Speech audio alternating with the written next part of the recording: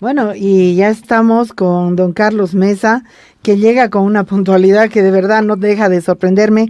Carlos, bienvenido, gracias por asistir a nuestro debate. No, por el contrario, María, como siempre, un gusto cumpliendo nuestro encuentro mensual. Nuestra cita mensual. Bueno, tengo que preguntarte, Carlos, al aire. Bueno, primero disculparme con la gente. Mucha gente me dice, oye, le tienes que preguntar no sé qué, Les digo, esto no es una entrevista, esto es un debate. Así que muchas de las preguntas que ustedes se mueren de ganas de hacérselas a Carlos Mesa, háganselas. No se las voy a hacer yo porque este es un debate. Pero de todas maneras te tengo que preguntar. Carlos, estoy hablando con el ex presidente del país, con el ex vicepresidente, con el señor Carlos Mesa, ex director de PAT, o estoy hablando con el candidato a la presidencia del país. Estás hablando con el ciudadano Carlos Mesa, que es la característica más importante y mucho más en un contexto como el que vamos a abordar ahora, que tiene que ver con política, con un ciudadano. No estoy hablando con un candidato. No, con un ciudadano, estás hablando con un ciudadano. ¿Te puedo pedir el favor de que yo me entere también cuando esté hablando con un candidato? No, porque no quiero pasar aquí de OPA, digamos. No, por supuesto. Hay un tema que yo he planteado, el momento en que estamos viviendo tiene una complejidad, soy perfectamente consciente de lo que representa desde el punto de vista de una parte importante del país con relación a mí. Nos hemos reunido hace un par de días con el presidente y expresidentes. Estamos al borde, en el umbral de una decisión histórica para Bolivia el próximo 1 de octubre, de modo tal que en estos días, salvo esta conversación que estamos llevando a cabo, María, en la que hablaremos de cosas más bien conceptuales, pero por supuesto también concretas, no se trata de estar flotando en el espacio sideral, creo que el tema de la política tiene que esperar un poquito hasta que conozcamos el fallo de la Corte Internacional de Justicia. Carlos, también un paréntesis antes de empezar. Hemos visto que has estado en la reunión en la Casa Grande del Pueblo, que yo la llamo Casa Grande del Amo. Y claro, a mí me causa todavía curiosidad. ¿Cuál es la sensación de espacio que transmite ese lugar? No, tú sabes que yo soy un enemigo declarado de ese edificio por razones históricas, por razones de contexto urbano y porque no concibo que el espacio donde está el presidente, que puede haber necesitado sin duda alguna una ampliación de espacio, esté compartido en ese espantoso lugar en unos cuantos pisos junto con otros ministerios. Lo que hemos podido ver, la primera vez que he entrado, ha sido el salón, digamos, el equivalente al hall del Palacio de Gobierno Histórico, que es en los hechos más chiquito que el histórico. Histórico. Es correcto. Es más pequeño que el histórico y por supuesto arquitectónicamente no tiene ninguna comparación. Porque la idea del gobierno ha sido decir, ok, frente a la mirada republicana del antiguo Palacio de Gobierno, la modernidad, vamos a nosotros mostrar lo que se representa el proceso político que simboliza el presidente Morales, y ese edificio puede ser un edificio en Nueva York, en Madrid, en Buenos Aires, en Santiago, en Lima o en Bogotá, da exactamente lo mismo, es absolutamente neutro, salvo el mural de Mani Mamani. No hay ninguna característica en este espacio, que es el espacio más importante que el público conocerá porque es allí donde se llevan adelante los actos públicos. No tiene, en mi opinión, ninguna personalidad. No he tenido oportunidad de conocer los espacios. Pero la sensación física es muy confortable, es algo que te apabulla por lo elegante, por lo interesante. No, es absolutamente aséptico.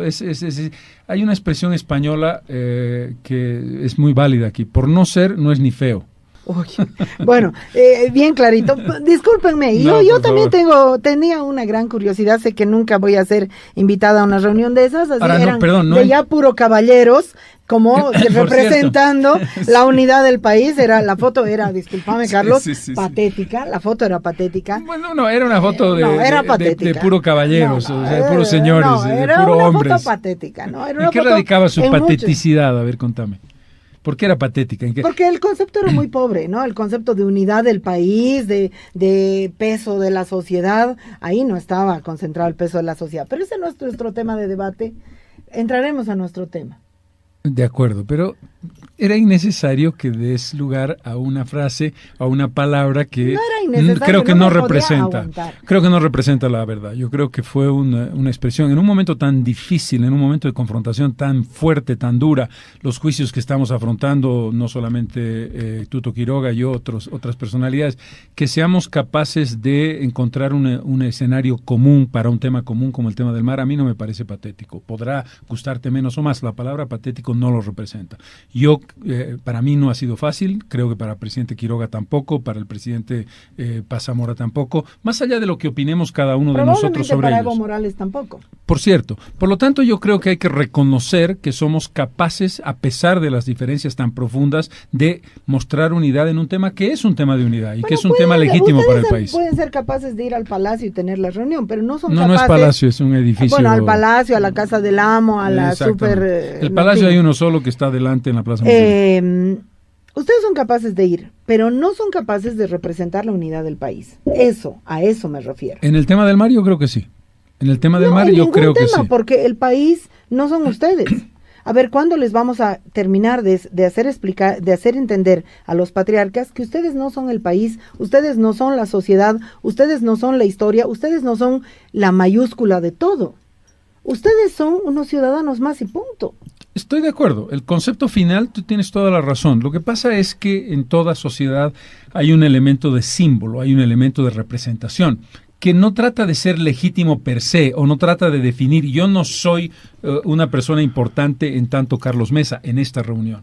Soy un ciudadano que ha ocupado el cargo de vicepresidente y presidente, que ha representado democráticamente la voluntad popular expresada de una determinada manera. Lo han hecho los otros expresidentes, lo es el presidente Morales, y en ese sentido hay una forma de unir a quienes representaron el elemento democrático de la sociedad boliviana, porque no se puede invitar a 1 millón, ni a 2, ni a 3 millones de personas. Sí, pero se puede invitar a otros, se puede construir otras representaciones participativas de unidad más interesantes que lo que ustedes pueden sintetizar en 5 o 10 caballeros. Perdóname una cosa, María. Carlos, esa es una decisión, esa es una decisión del presidente, no es una decisión nuestra. No, de acuerdo, es una decisión Si yo del hubiera presidente. tomado la decisión, me preguntarías, ¿eso es legítimo o no? Pero creo que la voluntad, por muy restringida que sea en la representación, de unidad en un momento tan difícil en la política, es un gesto importante que muestra madurez política. No va más allá de una foto, Carlos. No. La verdad, el presidente Evo Morales no va más allá de una foto. Hoy te saco la foto y mañana te saco la mugre. No, un ratito. En el tema del mar hay un equipo de trabajo, hay una acción coherente, hay una acción meditada y bien estudiada que ha significado una política de Estado. El tema del mar te puedo garantizar que se ha trabajado con seriedad, con unidad y con respeto, y creo que eso es importante. Bueno, de verdad que si no vamos a continuar, entraremos. Nos hemos metido, o yo me he metido y Carlos aceptó, entrar en un tema que no hay, que tiene muchas aristas, que es un tema enjabonado porque se le resbalaría a cualquiera, así que voy a recurrir al instrumento más básico que hay, que es un diccionario. El tema de hoy es ¿qué es la política? Tengo nomás que leer una definición, no la voy a leer de Wikipedia, podía haberlo hecho, voy a leerla del mejor diccionario de ciencias políticas que hay, que es el de Norberto Bobbio, Nicola no sé cuántos, y que es de verdad un diccionario muy reconocido. En este diccionario la definición de política tiene pues muchas páginas, comprenderán que no las voy a leer todas, tiene como 4 páginas, voy a leer un párrafo chiquito que hace alusión a la definición más clásica de política. Un párrafo chiquito, discúlpenme, aquí va. El significado clásico y moderno de política, derivado del adjetivo polis, políticos, que significa todo lo que se refiere a la ciudad, y en consecuencia ciudadano, civil, público y también sociable y social. El término política ha sido transmitido por influjo de la gran obra de Aristóteles intitulada Política, que debe ser considerada como el primer tratado sobre la naturaleza, las funciones y las divisiones del Estado y sobre varias formas de gobierno, predominantemente en el significado de arte o ciencia del gobierno, es decir, de reflexión, sin importar si con intenciones meramente descriptivas o incluso prescriptivas, pero los dos aspectos son difíciles de distinción sobre las cosas de la ciudad. De esa forma se han producido desde el comienzo se ha producido desde el comienzo una transposición de significado desde el conjunto de las cosas calificadas, en cierto modo, justamente con un adjetivo calificativo como político, a la forma de saber más o menos organizado sobre este mismo conjunto de cosas, una transposición no diferente de aquella que ha originado términos como física, estética, economía, ética y últimamente cibernética. Por siglos se ha empleado el término política predominantemente para indicar obras dedicadas al estudio de aquella esfera de actividad humana que de alguna manera hace referencia a las cosas de Estado. Política metodice digesta, lo mencionamos para dar un famoso ejemplo. Es el título de la obra con la cual Johann Althusius expuso una teoría de lo, qué sé yo, no soy capaz de leer esta palabra, de lo consociatio publica, el Estado en el sentido moderno de la palabra, que comprendía en su interior varias formas de consociaciones menores. Bueno, no conviene continuar leyendo porque de verdad que nos vamos a ir perdiendo, pero es solamente para hablar de que estamos hablando de un término madre de muchas cosas, que da lugar a muchas cosas y que prácticamente no sé muy bien por dónde agarrar porque es un término que ha cambiado muchísimo, que ha tenido procesos históricos muy, muy complejos y que no siempre significa lo mismo. Cuando decimos todo es político, es una manera de no aclarar nada. Así que yo te propongo, Carlos, que en esta primera ronda definas tú qué entiendes por política y defina yo qué entiendo por política. ¿Qué te parece? Me parece bien, pero siempre propones que yo empiece para que tú descalifiques lo que voy a decir. No, yo no es para descalificar, no es una trampa, no creas. Si quieres empiezo yo, pero me encantaría que empieces tú. La gente tiene más expectativa por ti, en serio, Carlos. No tengo duda. Tú has planteado una dificultad de entrada, que es cómo precisamos el concepto, cómo precisamos la palabra política y la bajamos de lo abstracto a lo concreto. Pero inevitablemente hay que plantearlo primero en el ámbito de lo abstracto para ir aterrizando en la vida cotidiana. Lo político está referido al conjunto de la actividad humana. El hombre es un animal político, para decir el lugar común. Toda acción humana tiene que ver con la política. ¿Por qué? Porque el concepto de polis políticos, que es la expresión griega, que tiene que ver con la idea de ciudad, y que es la madre de la palabra ciudadanía y ciudadano, se puede extender, por supuesto, más allá de la ciudad. Podemos hacer una extensión a la comunidad nacional, en este caso al escenario de Bolivia. Es decir, en esta sociedad boliviana, la política es una acción cotidiana. Pero esta acción cotidiana, es decir, todo lo que tú haces de algún modo directo o indirecto, tiene que ver con la política, porque toda acción pública no tiene que ver con el ámbito de lo privado, tiene que ver con el ámbito de lo público. Este es un primer aspecto fundamental. La acción política tiene que ver con lo público, con nuestro comportamiento en sociedad, en cualquiera de los ámbitos en que nos movamos. Esa cuestión amplia y general tiene que circunscribirse a lo que entendemos objetivamente hoy por acción política, que tiene que ver con la cosa pública, y que tiene que ver con dos cosas básicas. El manejo de los asuntos del Estado, que no es otra cosa que el manejo de los asuntos y los intereses de los seres humanos que componen el Estado. El Estado no como una abstracción superior y que está lejos de nosotros, el Estado comprendido como nosotros mismos que lo formamos y que somos sus componentes y que por lo tanto somos sus propietarios en un sentido estricto de la palabra. Esto por una parte. Por la otra, el elemento vinculado a la búsqueda de un determinado objetivo. ¿Por qué llevamos adelante acciones públicas deliberadas que podemos definir como política pública? Porque la sociedad busca, te parecerá un lugar común, pero no lo es, la felicidad. La búsqueda de la felicidad es el objetivo último por el que trabajamos todos en comunidad.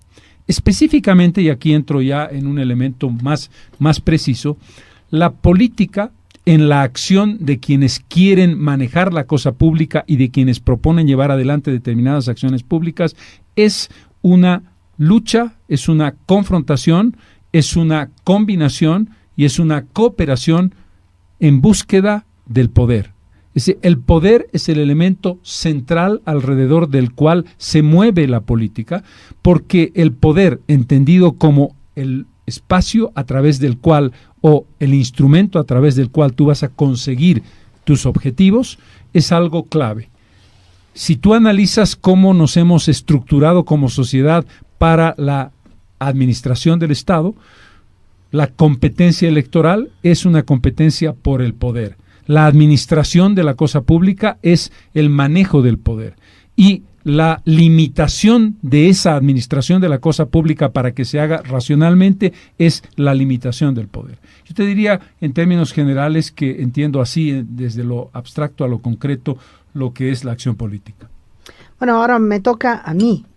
Pero claro, tengo que comentar, porque es un debate, tengo que comentar lo que tú has planteado, ¿no? Voy a decir una cosa muy general, porque nada de lo que has dicho es ningún misterio, casi cualquiera estaría de acuerdo contigo.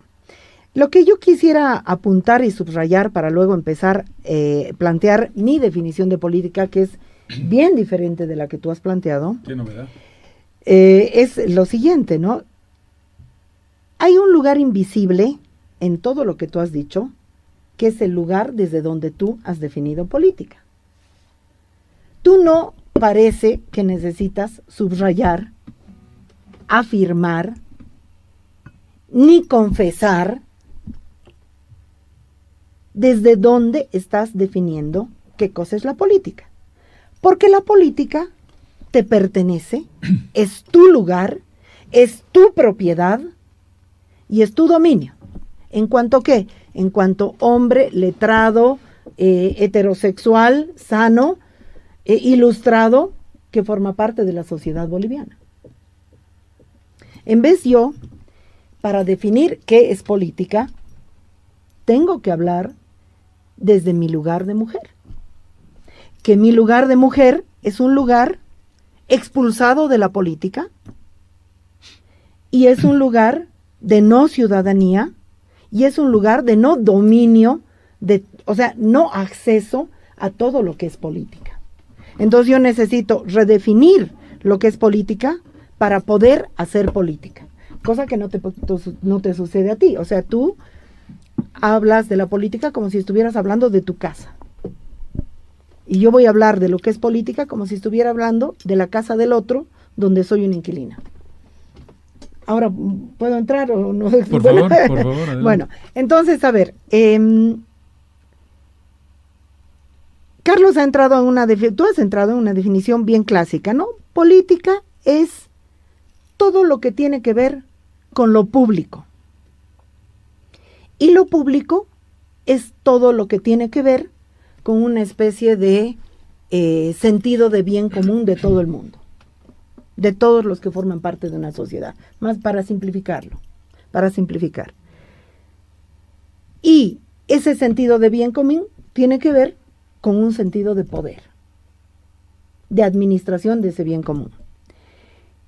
¿Cuál es la redefinición que como mujer y como feminista principalmente hago, aunque no únicamente, principalmente? Yo digo, muy bien, digamos que esa definición clásica de política la aceptamos, digamos que la aceptamos, que todo lo que es público es político. Lo que las feministas planteamos, porque en este caso no lo planteo solo yo, lo que las feministas planteamos es, todo lo público es político, pero todo lo privado es político también. Es político todo lo que tiene que ver de la casa, de la puerta de la casa para afuera, y es político todo lo que tiene que ver de la puerta de la casa para adentro. ¿Cuál es la visión patriarcal de política? La visión patriarcal de política es la que nos ha planteado Carlos Mesa. Lo que tiene que ver de la casa, de la puerta de la casa para adentro, que es privado, es cultural, es natural, pero no es político. Por lo tanto, no puede ser transformado, no puede ser debatido, no entra dentro de los temas sociales trascendentes de la historia y se resuelve en función de criterios de lo que es natural, de lo que es tradicional, de lo que es cultural, de lo que es la costumbre, y punto. Entonces, ahí las mujeres es que tenemos una dificultad muy grande, porque, o por lo menos las feministas, porque nosotras decimos, no nos sirve de nada la definición de política que la visión patriarcal nos otorga, tenemos que ampliar necesariamente esa visión de política a todo el mundo privado y decir, es histórico y político cómo se divide el espacio en una casa. Es histórico y es político quién asume la crianza, cómo se resuelve la reproducción y cómo se distribuye el dinero en una casa. Es política y por lo tanto metemos en la política el cuerpo, el sexo, la vida cotidiana, que los patriarcas votaron fuera de la política. Eso no era político, no era digno de discusión, esa es discusión de comida, de cocina, y eso no es trascendente para la historia de una sociedad. Entonces, esa es la primera diferencia fundamental que yo quiero plantear, porque ¿cómo haces entonces como feminista política en una sociedad que está entrenada a pensar que política es casi solo lo que tiene que ver con el Estado y no lo que tiene que ver con la vida cotidiana y no lo que tiene que ver con ese concepto que tú has lanzado, con la felicidad, porque la felicidad no es un concepto que la va a administrar el Estado. Es un concepto que tiene que ver con la subjetividad de los seres humanos y por lo tanto además con su vida cotidiana, con su cuerpo, con sus afectos y con su mundo privado.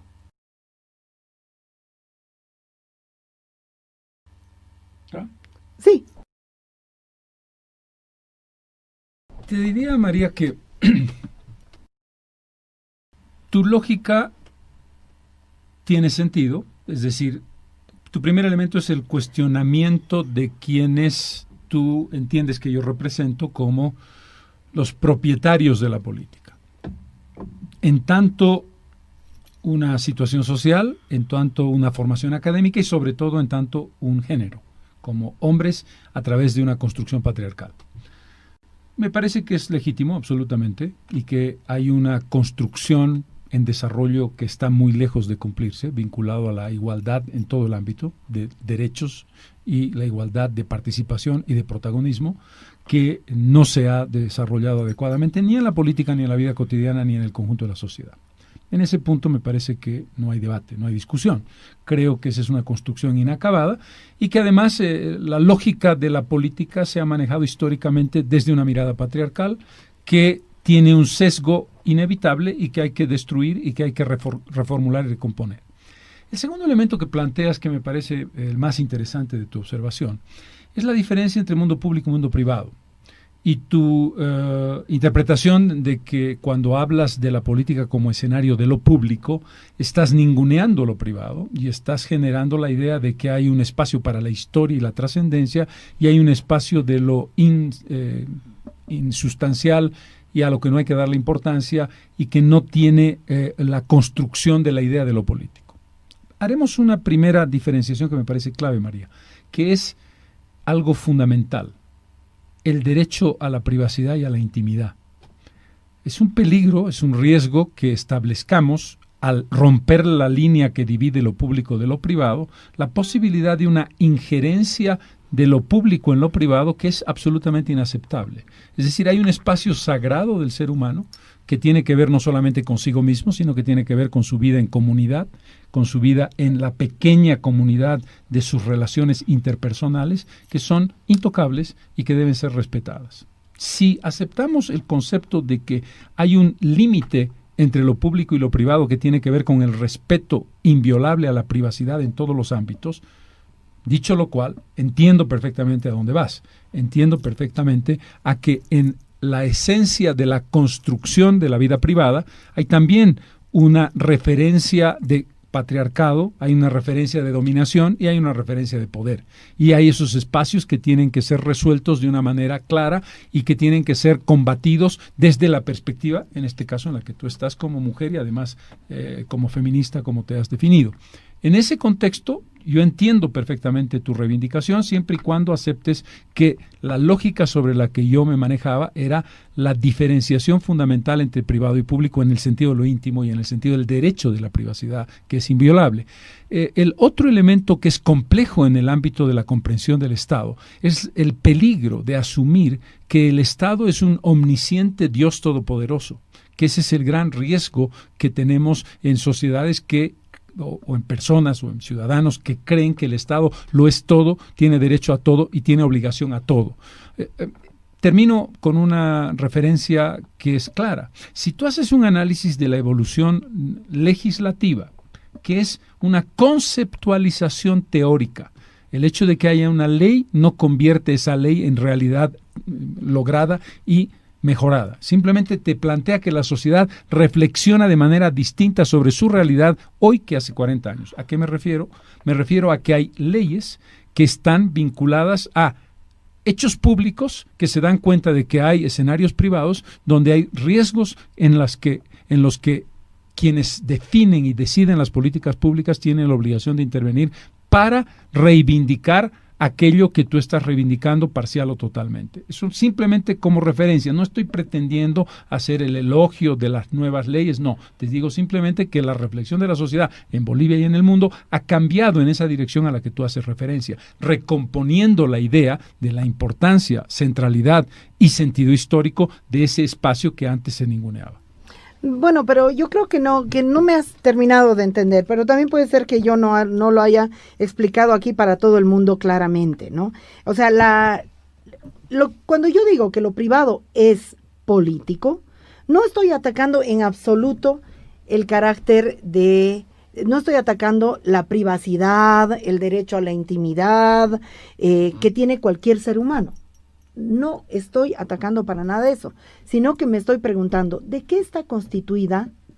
¿De qué está hecho? ¿Cuáles son las herramientas con las que se ha construido la maternidad, la paternidad, el espacio privado, la distribución del trabajo en el espacio privado? ¿De qué está hecho? La sociedad patriarcal te dice, está hecho de la naturaleza, es un orden natural. Es un orden cultural, es un orden que no está construido políticamente y por lo tanto no entra dentro de la reflexión política a ser transformada y cambiada.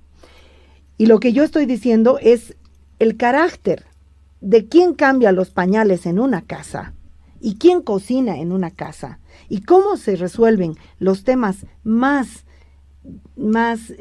pequeños de la vida privada, tienen un carácter político. Eso no quiere decir que a mí me interese la injerencia del Estado. Yo no soy estatalista. Ese estatalismo, esa capacidad, esa idea de que el Estado lo tiene que devorar todo, de que el Estado lo tiene que controlar todo, es una forma de concepción de la política. Lo que yo estoy diciendo es, lo privado es político y lo público es político también, y esa es la gran dificultad de una visión antipatriarcal feminista de la política que nos está costando tanto esfuerzo poner sobre la mesa de debate en una sociedad. Porque yo no estoy diciendo lo público no es político y lo privado es político. Estoy diciendo lo público es político y lo privado es político también. Lo público es histórico y transformable y lo privado es histórico y transformable también. Entonces, lo que estamos haciendo las feministas es abrir un nuevo campo de la política donde entra el cuerpo, Carlos.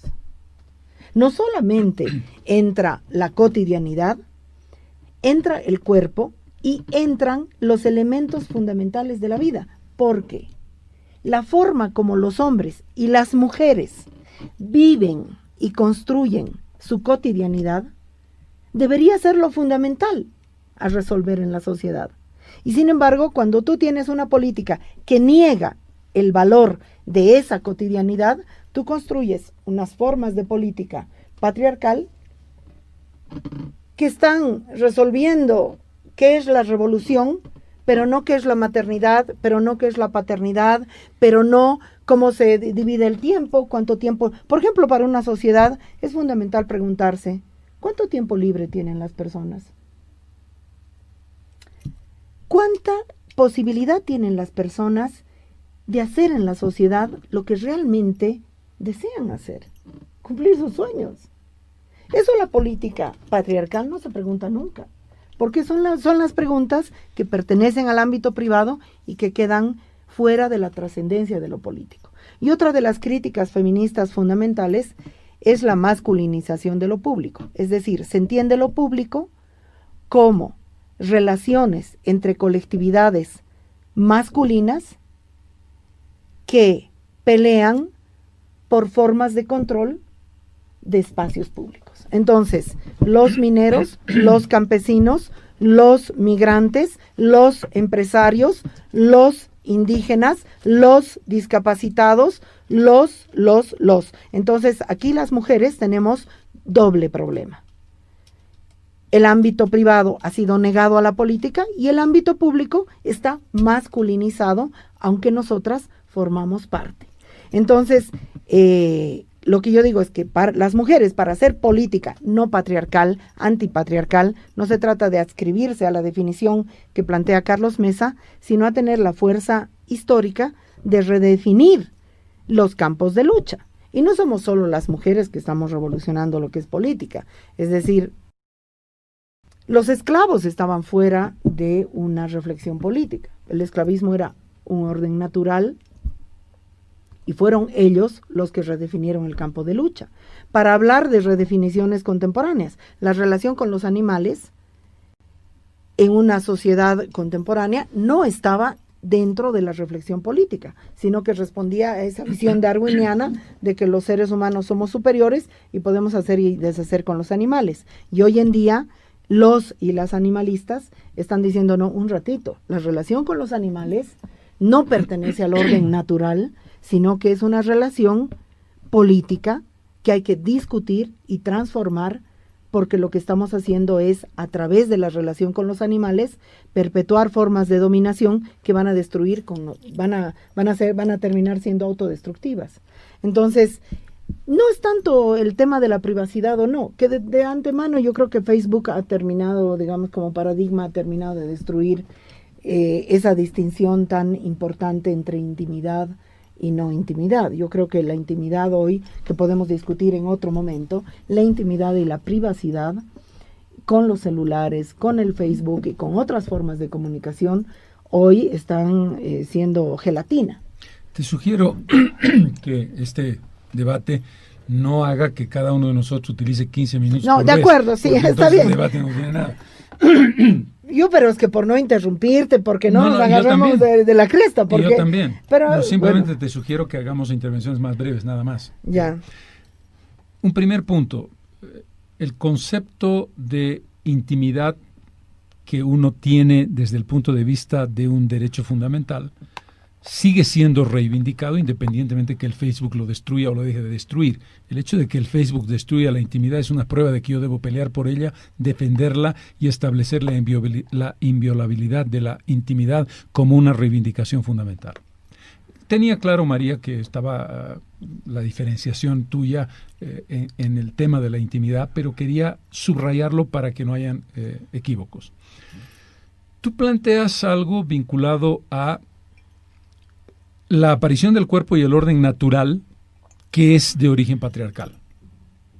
Y es efectivo, en efecto es así.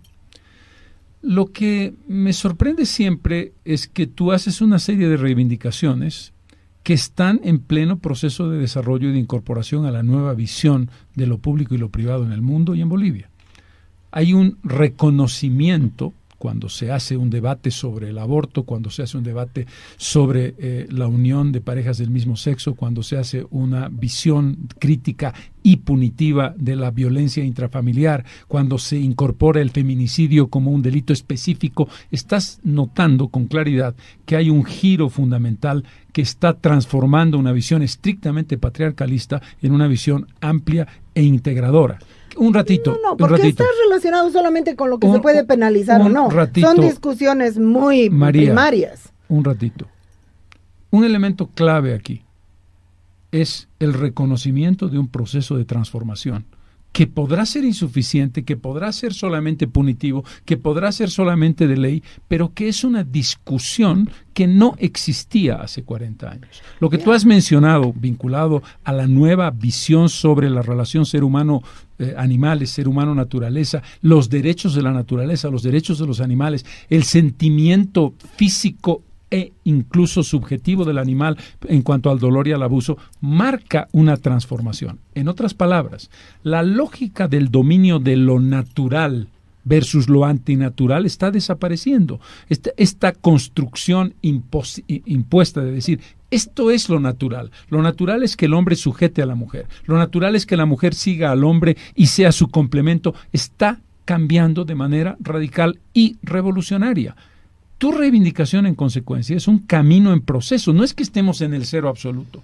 No es que estemos en la visión estrictamente patriarcal. ¿A dónde estamos? Está bien. Está bien. No estamos en el cero, pero está bien. Estamos en el 0,5. El elemento de diferenciación, primero, aquí tú y yo estamos debatiendo. Yo no estoy defendiendo una mirada y tú otra. Podremos discutir sobre el avance de la mirada. Tú has lanzado una visión bien clásica de política, como hablando de tu propia casa. Vuelvo sobre el punto.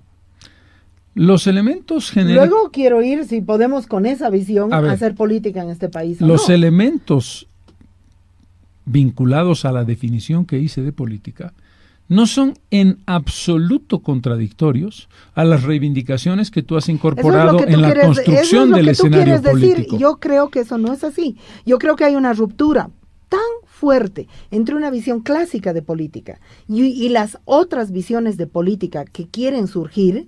¿Y cuáles serían esas rupturas? ¿Cuáles serían esas rupturas, María?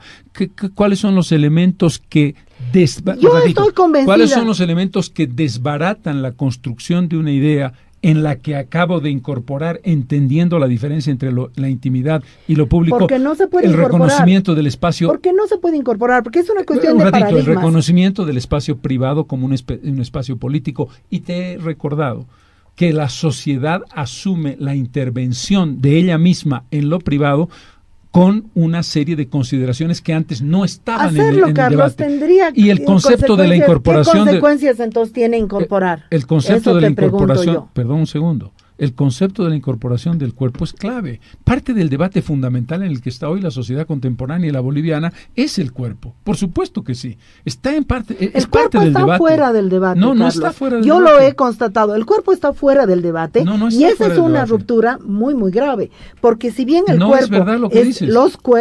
¿Dónde está el cuerpo en el debate, Carlos? A ver, un ratito. Cuando tú haces una consideración sobre en Bolivia el derecho... no hemos ni siquiera logrado que los chicos dejen de ser soldaditos, que la masculinidad deje de estar anclada al elemento de soldado formado para matar. Tú estás planteando una discusión falsa entre la premisa y la acción. Aquí no estamos discutiendo si en la acción hemos conseguido el objetivo de establecer que ese debate sobre el cuerpo tenga una solución positiva. Lo que te estoy diciendo es que el elemento de discusión... No una solución positiva, tiene una relevancia. Y no sea la cosa más secundaria de este mundo. Tiene una relevancia. No tiene, Carlos. La discusión sobre el aborto ¿tiene que ver con el cuerpo, sí o no? La discusión sobre el aborto tiene que ver con el cuerpo, pero esa es una discusión que María, el sistema político boliviano lo considera periférico. Un ratito.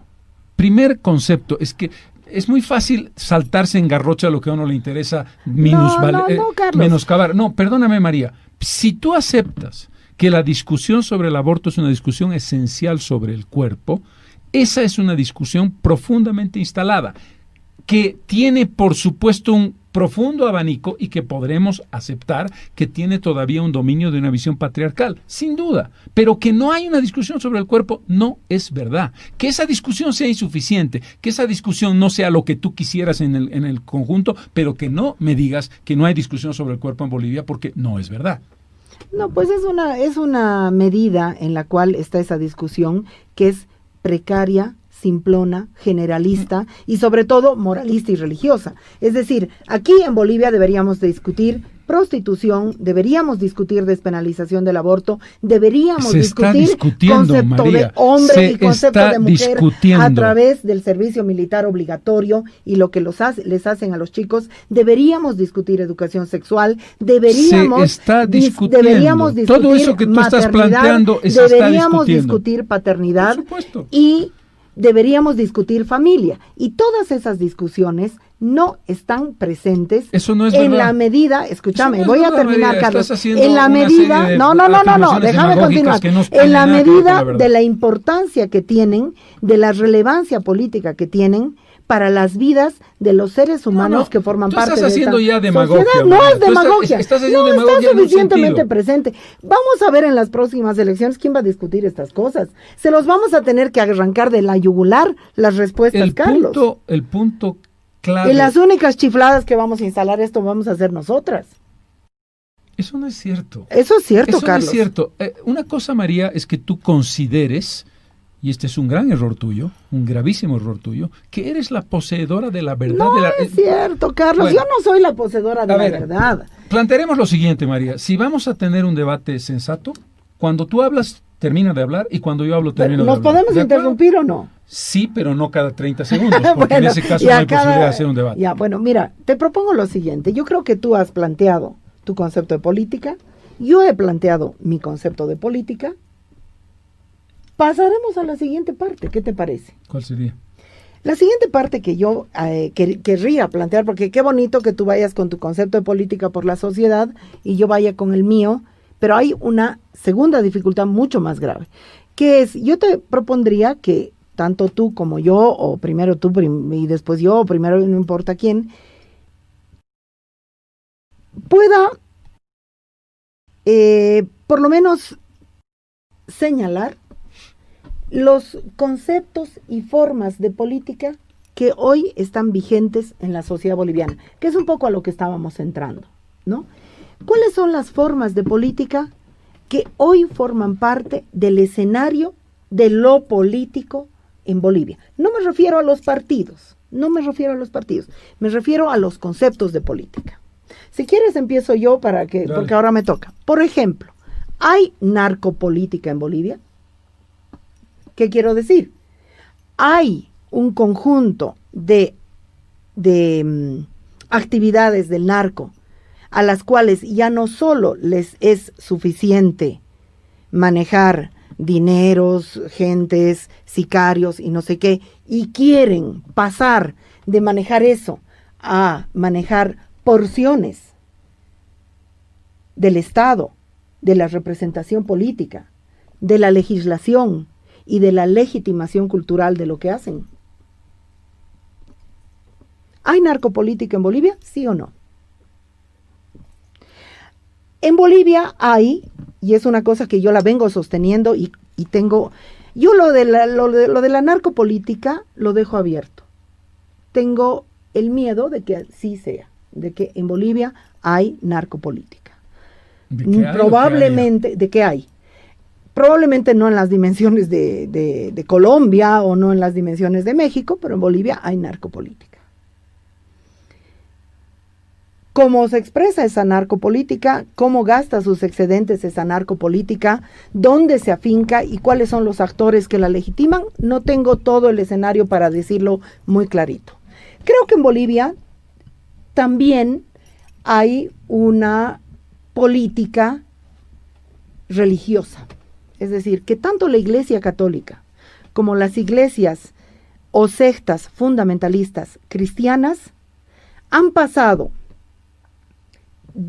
o la Iglesia hace muchos años que pasó ese límite, han pasado del dominio de la educación, la salud y sus templos a la configuración de un poder político dentro del poder político estatal. Un ejemplo, de los 9 partidos o 11 que están tramitando personería jurídica ante el órgano electoral supremo de la mentira, creo que 3 o 4 tienen la denominación cristiana en su nombre. en su nombre. Entonces creo que en Bolivia hay una, no sé cómo llamarla. Yo no estoy seguro, ¿eh? Sí, no, yo he visto la lista y la he leído aquí en Radio Deseo. Vamos a pedir, nombre, por favor? Katy, por favor, de la lista, Katy puede ser, pero me gustaría precisar. No, ahorita te digo, la Katy... La democracia cristiana, desde luego. No, la democracia cristiana, pero hay nuevos cristianos aquí que vienen en camino. Katy es impresionante. Aquí vamos a ver de los que partidos. Tengan un nombre vinculado a temas religiosos, eso es lo que tú estás diciendo. Sí, que no son los únicos. Movimiento Cristiano de Bolivia, MCB. Movimiento Cristiano Patria Grande y Revolución Cristiana de Bolivia. Ok, organizaciones políticas con personalidad jurídica en trámite. En trámite. Pensé que estabas diciendo de los partidos políticos que tienen ya la personalidad jurídica pero aprobada. Ahí van. De acuerdo. Creo que en Bolivia, por supuesto que los militares no se duermen y los militares de forma indirecta construyen fuerzas políticas, formas, es decir, la dictadura. Es decir, el tránsito de la dictadura, a la democracia, no logró en Bolivia sacar a los militares de la vida política de este país. Los militares quieren una porción de Estado, de país, de una porción del presupuesto general de la nación, una porción de privilegios para ellos, y Banzer fue la gran escuela para que ellos tengan tenazas dentro del aparato político para perpetuar sus privilegios. Entonces yo creo que en Bolivia hay una especie de política desde los militares, que son una porción del Estado. Creo que en Bolivia hay... Militares activos, tú dices, de quienes son parte de las Fuerzas Armadas. Ni siquiera, yo creo que son militares que pueden ser retirados, activos, es decir, hay fuerzas políticas cuidadas y construidas por los militares en un segundo plano y de forma secreta para proteger sus intereses. Creo que hacen lo propio los policías. Luego creo que en Bolivia justamente tenemos una seria dificultad de construir sentidos comunes, porque creo que otra forma de política muy presente, muy arraigada en Bolivia es aquí sálvese quien pueda. Lo que hay que hacer es política gremial. Entonces los cooperativistas mineros, los gremiales, los soyeros, los que hacen la política en mayúsculas en este país. O sea, que es una especie de intercambio de intereses.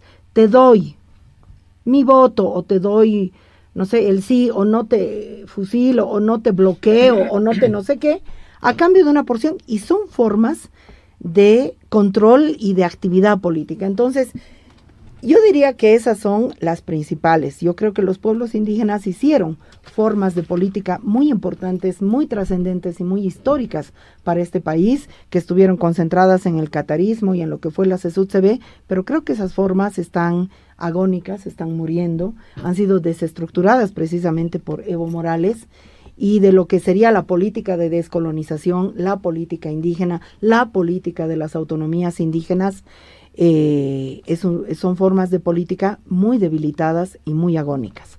Y en el caso de la política feminista, que es la que hago yo y que hace mucha gente también, yo sí creo que son formas de política muy débiles.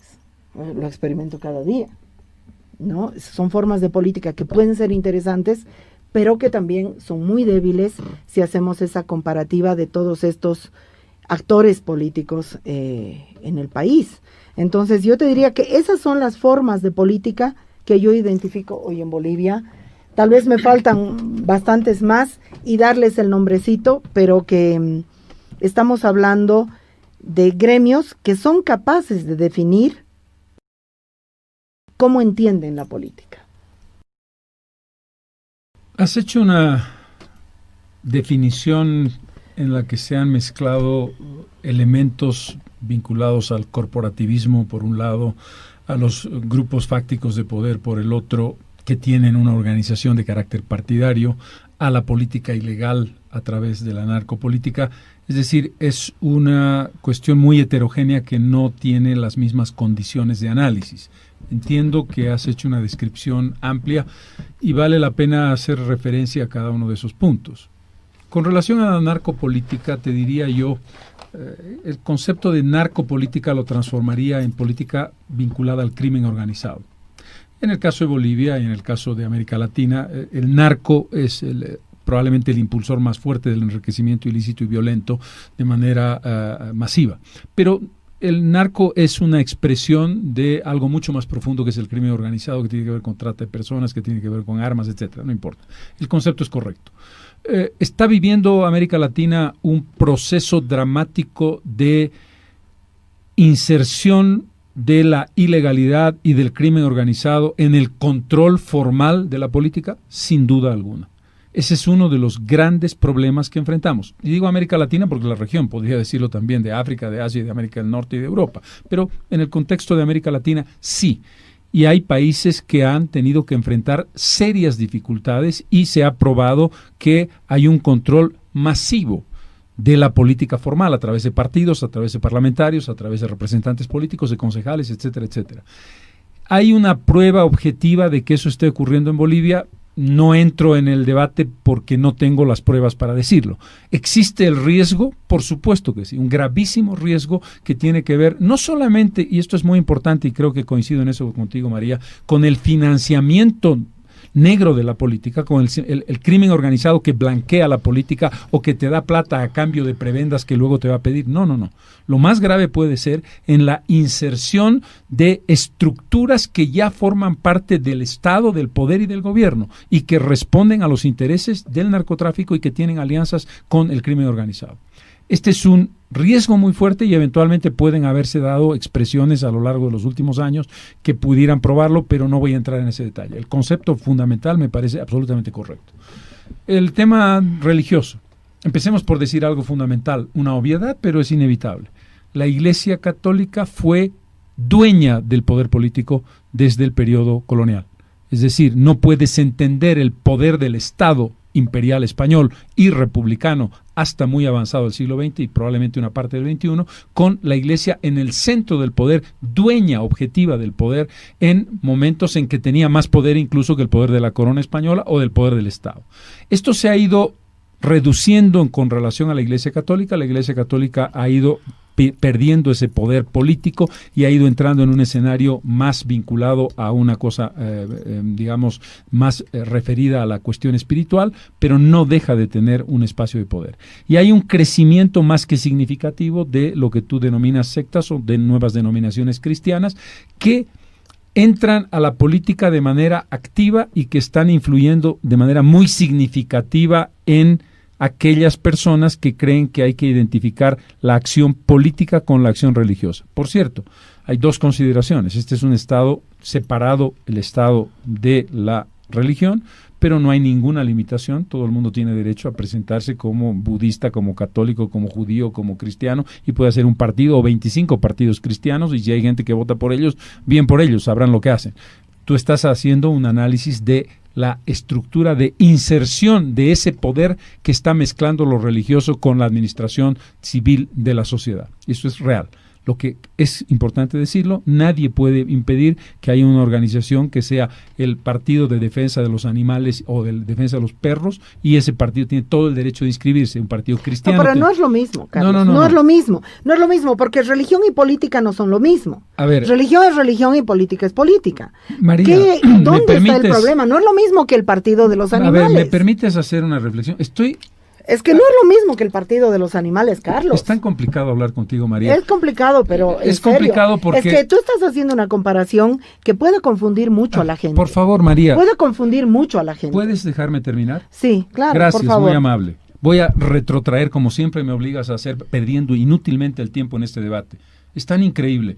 Acabo de decir que efectivamente es un tema preocupante el hecho de mezclar la cuestión religiosa y la inserción religiosa en el poder. Pero estoy haciendo una precisión de carácter legal que es imprescindible.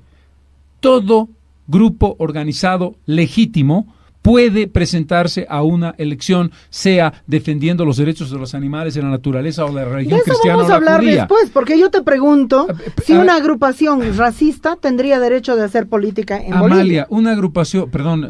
María, una agrupación racista está vulnerando la Constitución política del Estado y está defendiendo principios contrarios a la Constitución. No, porque nadie puede presentar un programa de gobierno que vulnere los principios constitucionales. No hay ningún principio constitucional. Las denominaciones religiosas pregonan contra los usos y costumbres ancestrales y por la inferioridad de las mujeres.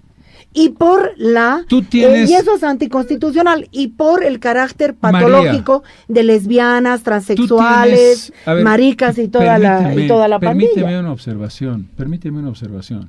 Tú tienes derecho como ciudadana a cuestionar constitucionalmente la legalidad de esa inscripción. Vamos a suponer que el Tribunal Supremo Electoral aprueba un partido que dice el lesbianismo es algo contra natura y que debe ser penado. Tú, como lesbiana, tienes derecho a presentar un recurso de carácter constitucional. Tú sabes, Carlos, la limitación de los derechos en los cuales estamos viviendo, y creo que eres el ciudadano que mejor lo sabe. Si vamos a encallar aquí, yo estoy dispuesto, yo encallo donde tú quieras que encallemos. Me parece que vamos a encallar en una discusión absurda. Estoy simplemente mencionando que las personas tienen derecho a organizarse lícitamente, respetando los principios constitucionales desde el punto de vista religioso, desde el punto de vista ambiental, desde el punto de vista esotérico, para presentar organizaciones políticas que no puedes prohibir que existan. Esto es una discusión aparte, no tiene nada que ver, estaba haciendo una consideración. Por eso estamos en la pregunta de cuál es hoy las formas de política que están en juego en la sociedad. El problema, María, es que es imprescindible que el ciudadano que nos escucha entienda que uno no puede prohibir y decir que un partido cristiano o un partido religioso no puede presentarse a una inscripción. Puede presentarse. Esto es imprescindible, no es más que eso, María, es una precisión que tú lo conviertes en una cuestión de Estado. Es decir, porque daría la impresión de que cuando tú cuestionas la existencia de un partido cristiano estás diciendo no pueden haber partidos cristianos. Sí pueden haber partidos cristianos y partidos judíos y partidos musulmanes. Otra cosa es lo que tú estabas definiendo en el fondo, que coincido. Lo mencioné con la Iglesia Católica y es evidente hoy que las nuevas denominaciones cristianas fundamentalistas están penetrando escenarios de poder del Estado y están influyendo en contra de transformaciones que la sociedad requiere, que es lo que a ti te preocupa y a mí también.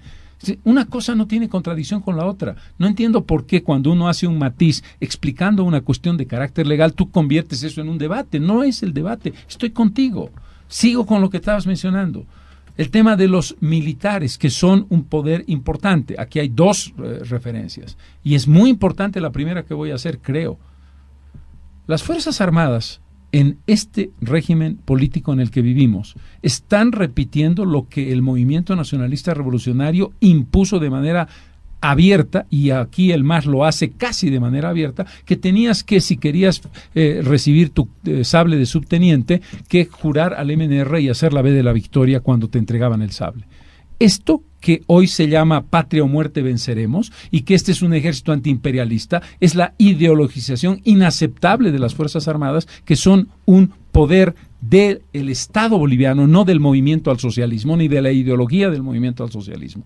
Y esta cooptación es una cooptación que te da poder y que hace que las Fuerzas Armadas, de manera directa o indirecta, estén respaldando la ampliación de un poder arbitrario del cual en este momento somos víctimas. En ese contexto hay una penetración en el poder militar que puede distorsionar en el futuro las acciones que han sido sacadas de los militares cuando eran protagonistas de golpes de Estado. Pero tú haces otra referencia. Haces referencia a que núcleos organizados de policías o de militares están insertándose en política para defender intereses específicos vinculados a núcleos. Y yo te sumaría algo.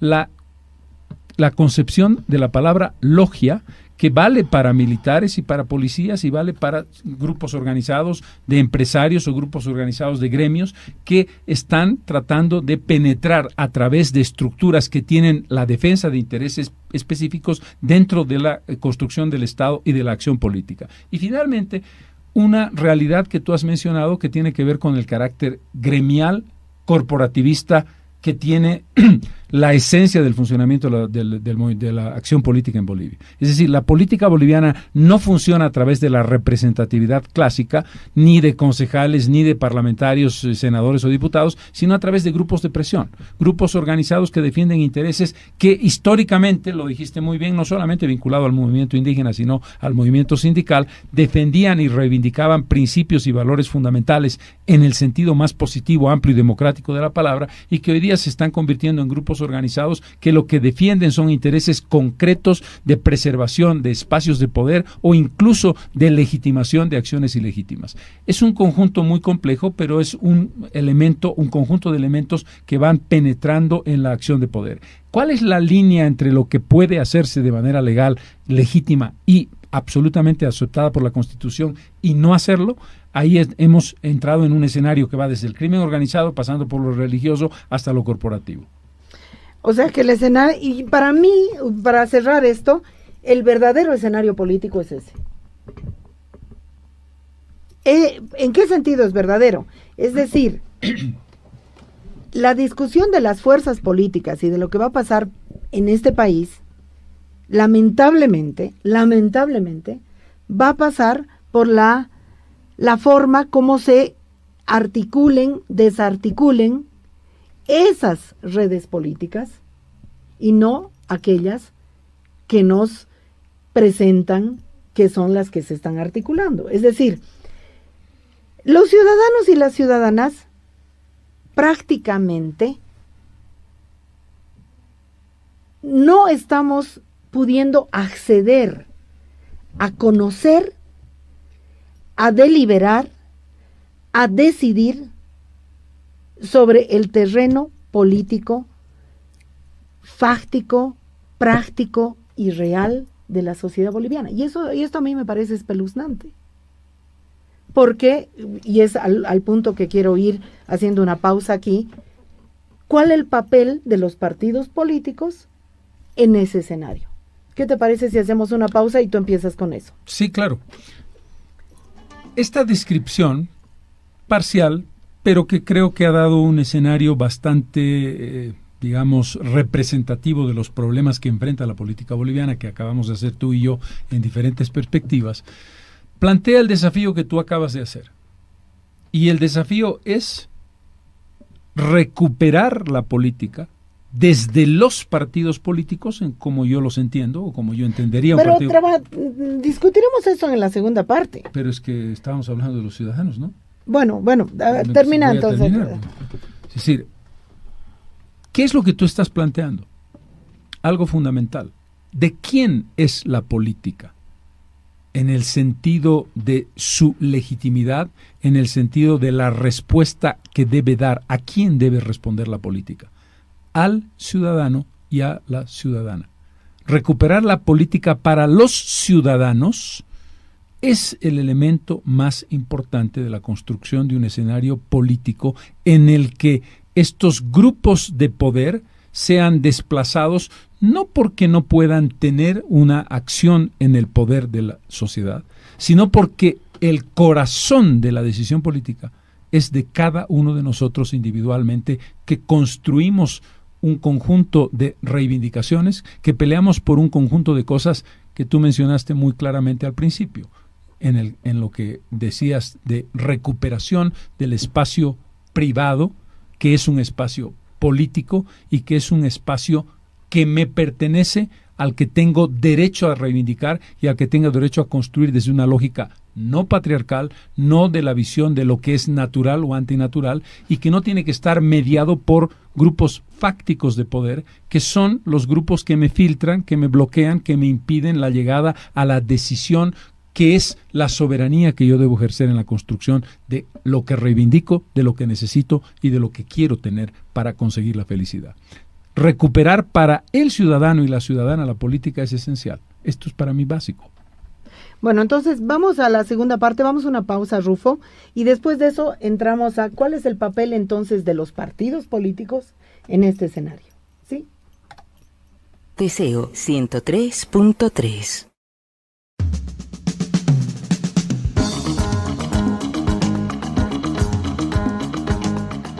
Bueno, y ahora sí retornamos a nuestro debate, ¿qué es la política? ¿Qué es lo político?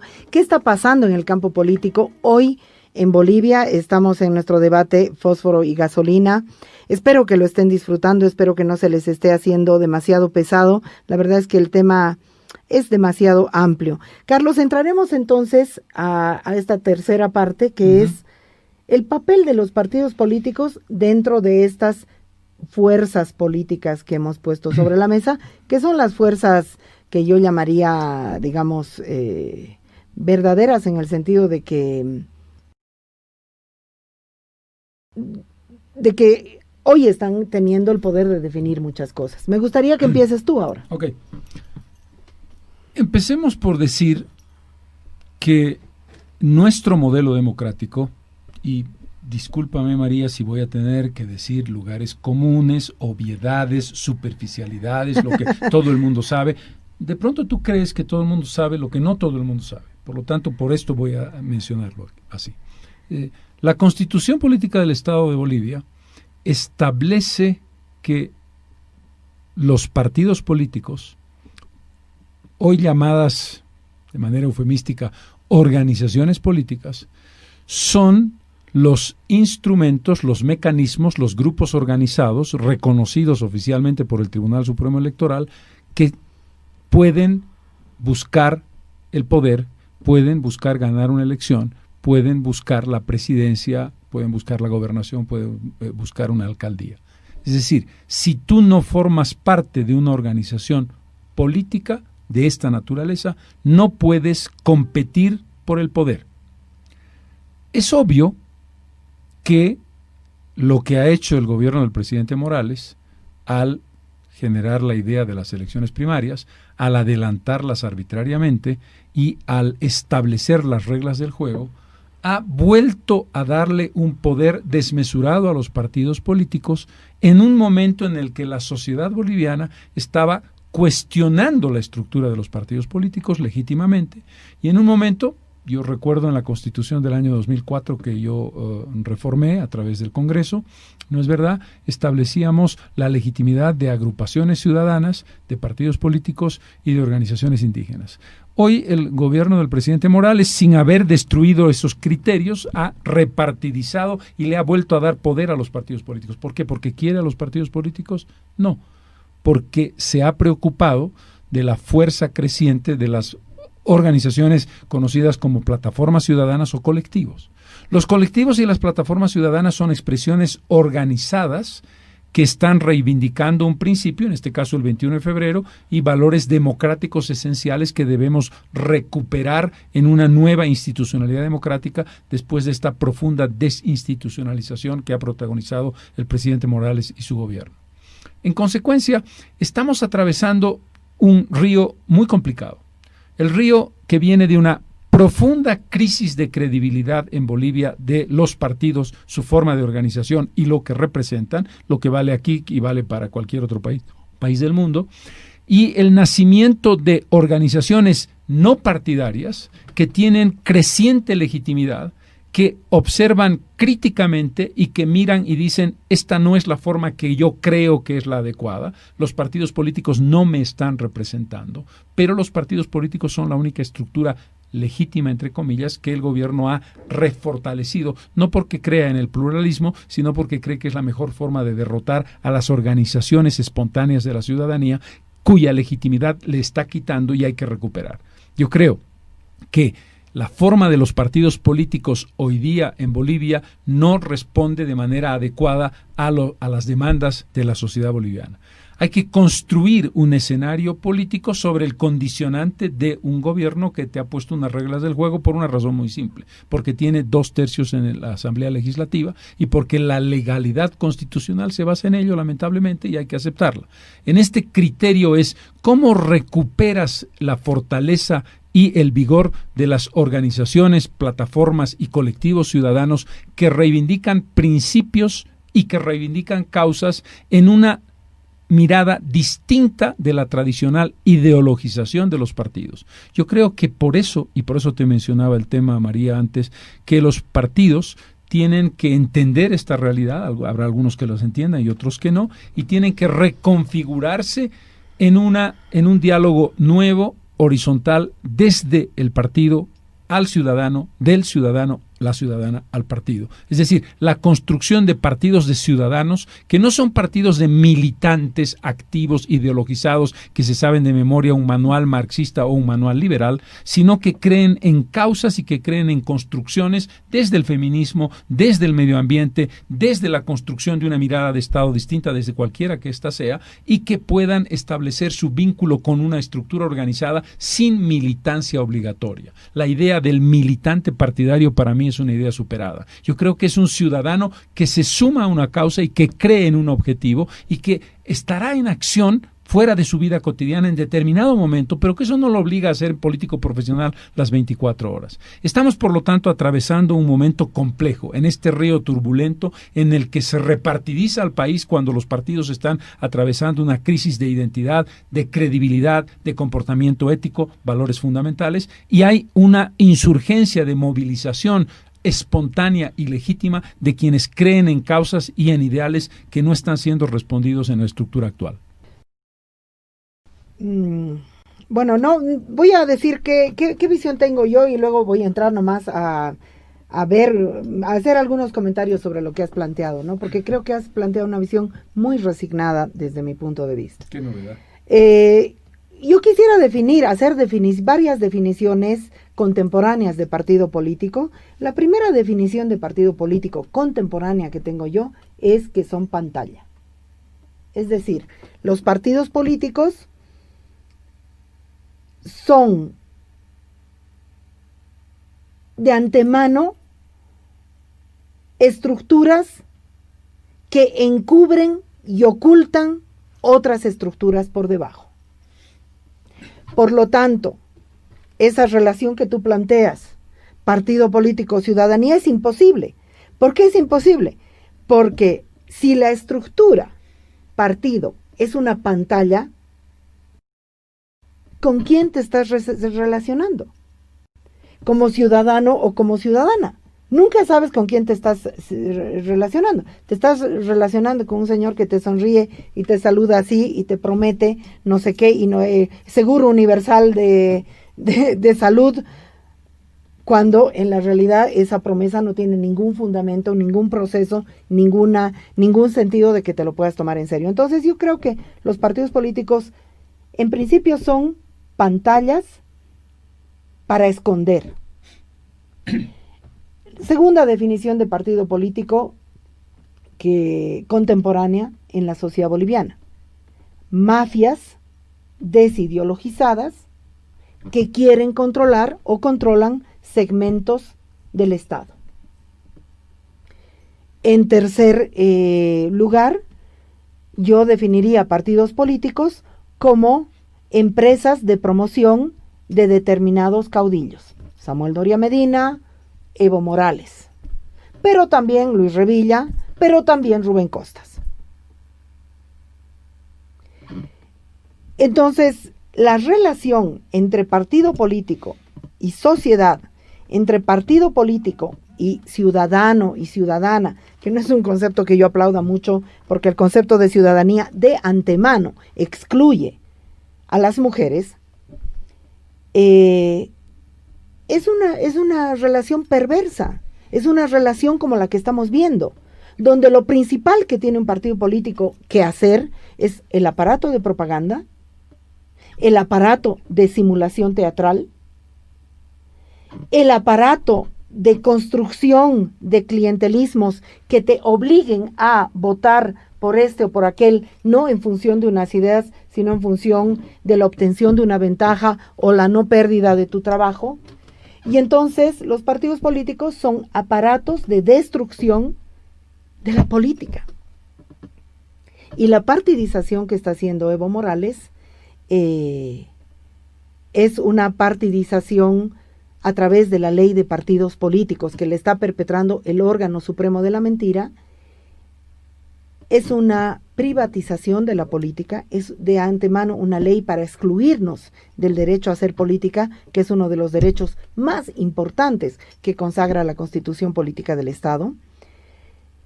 Y es una ley de privatización, es una ley de exclusión de la política, pero también de privatización de la política. Evo Morales sabe relacionarse con estructuras mafiosas porque esa relación es más fácil que la relación con una ciudadanía que tiene una voz mucho más fecunda y más difícil de encajonar. Entonces, no sé, yo no estoy dispuesta a la convivencia pacífica con estas estructuras de simulación. Y el papel de los partidos políticos dentro del escenario que hemos planteado, que es las verdaderas fuerzas políticas son otras que aquellas que aparecen, es muy grave. ¿Cuál es la propuesta, María? No sé, es que mira, estoy realmente dándole vueltas, Carlos, no creas que no, porque yo me pregunto, ¿qué voy a hacer yo mañana? Es decir, yo creo que las mujeres nos han dado el 50% de sus estructuras mafiosas. Las mujeres estamos excluidas de la política. Los intereses de los ciudadanos bolivianos y las ciudadanas bolivianas de a pie están excluidos del derecho a la política. Perdóname, María. ¿Cuál es la propuesta? Yo no sé.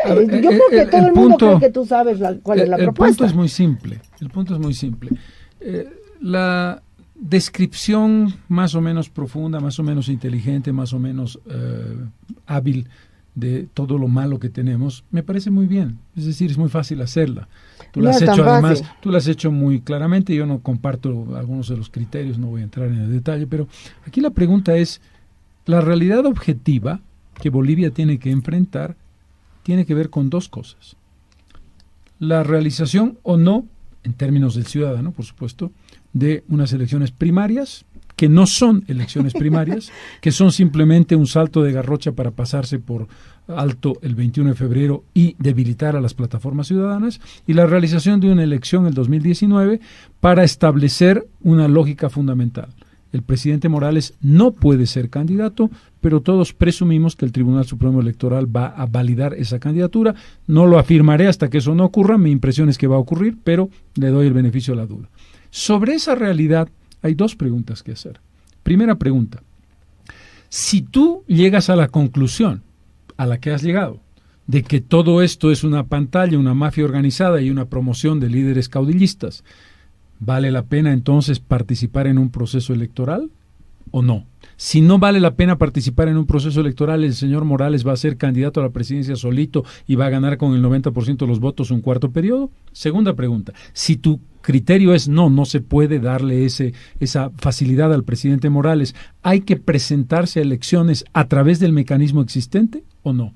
¿Hay alguna otra forma de presentarse a darle batalla al poder que está yendo hacia el totalitarismo que no sea la estructura de partidos políticos? ¿Existe la posibilidad de crear nuevas organizaciones que pudieran recuperar el concepto de ciudadanía?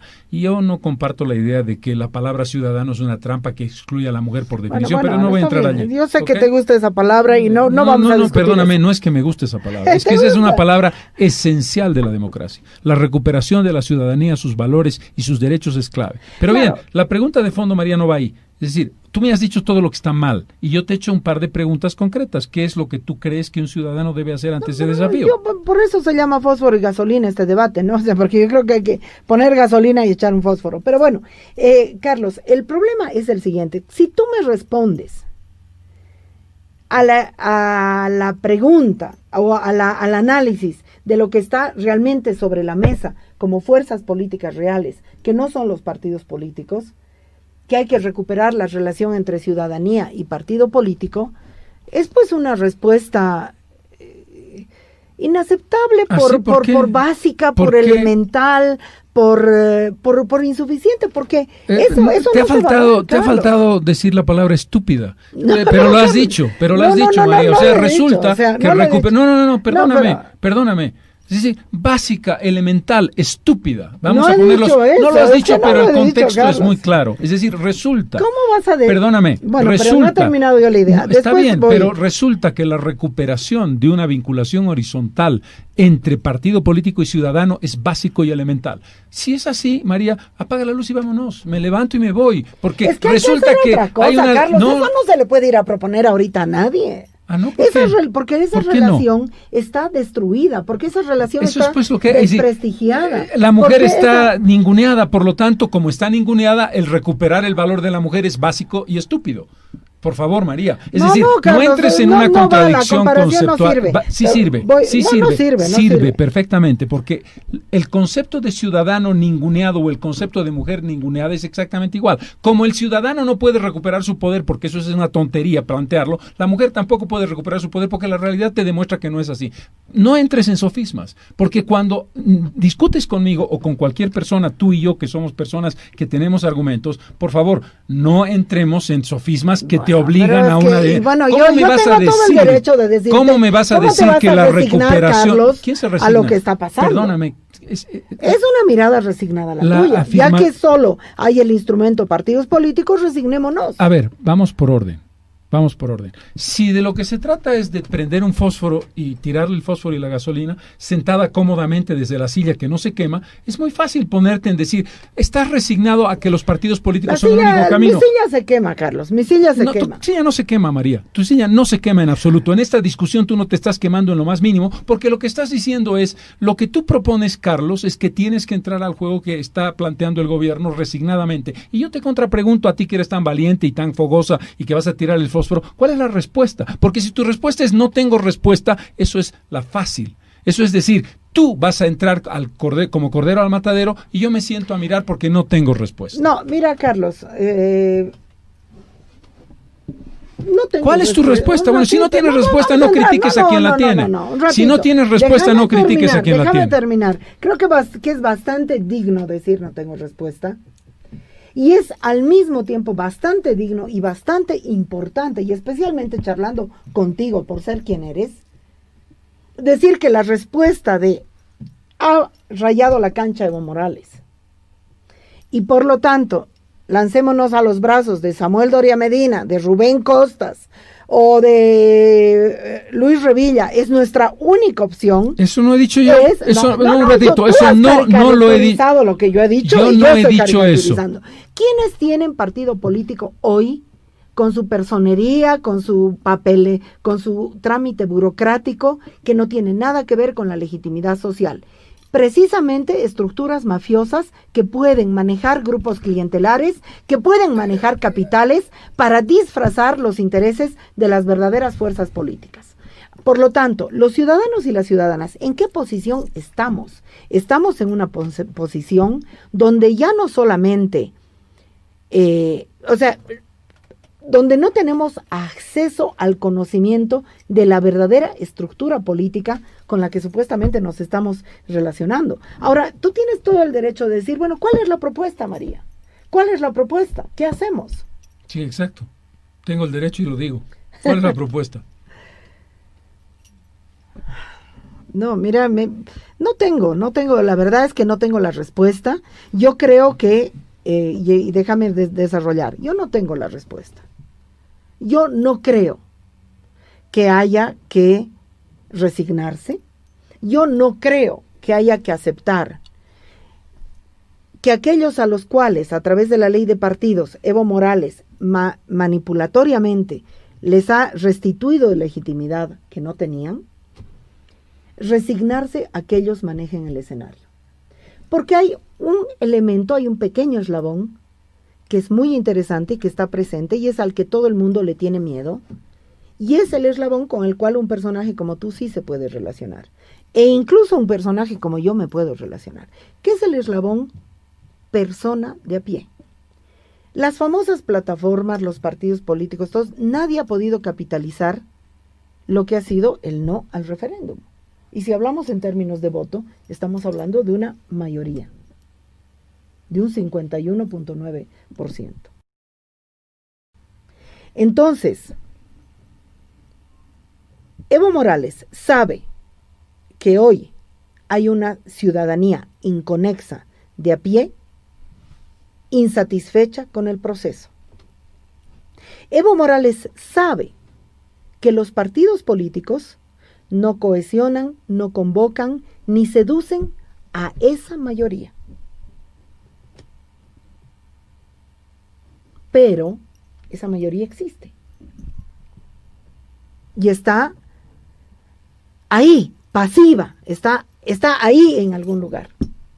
Yo no tengo la respuesta, pero creo que el desafío es conectar con la gente de a pie. Y para conectar con la gente de a pie, no es aceptando la mediación de Samuel Doria Medina, Rubén Costas y demás mafiosos, porque yo no tengo otro término.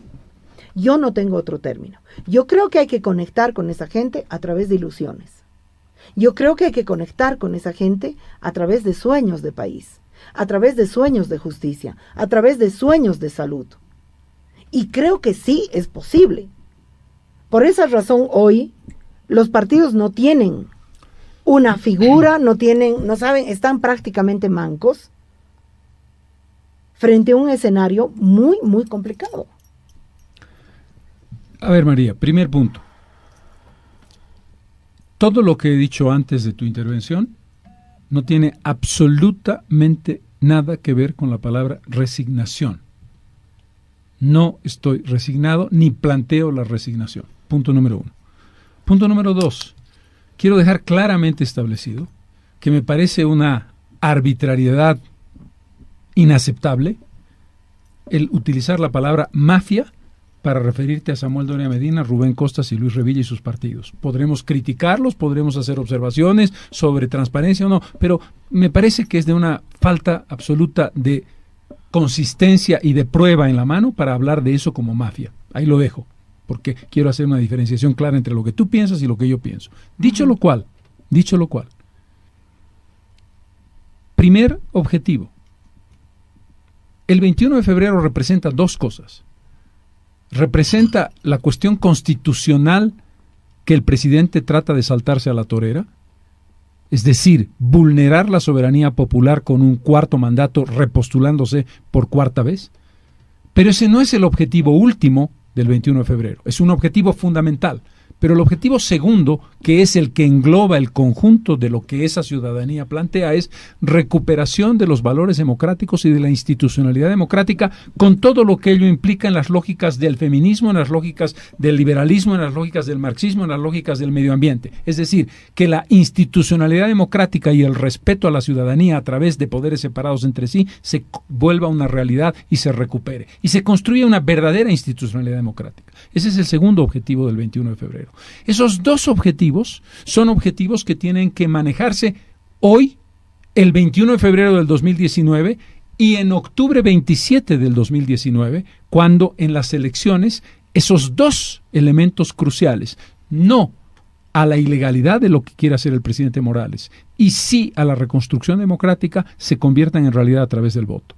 Dicho lo cual, si hay estructuras políticas que no responden a lo que el país necesita, hay que construir en un tiempo récord y no hay otro camino. Eso no es resignación, eso es la legalidad que impone el poder y es democráticamente y no a través de la violencia que la hay que derrotar. Esa es mi perspectiva, por supuesto. Yo soy un hombre que cree en la no violencia como un instrumento y en la democracia como un mecanismo. ¿A través de qué? A través de la recuperación con alianzas explícitas entre los movimientos organizados no partidarios y una estructura político-partidaria, cualquiera que ésta sea, que sea capaz de recuperar eso si tiene la voluntad, la vocación de transformación. Puede ocurrir o puede no ocurrir. Hay que intentar que eso se construya. ¿A través de qué? De que le vamos a demostrar al poder organizado que hay legitimidad en eso que tú mencionas con claridad. El ciudadano de a pie está esperando una interlocución con alguien que represente, alguien no en persona específicamente.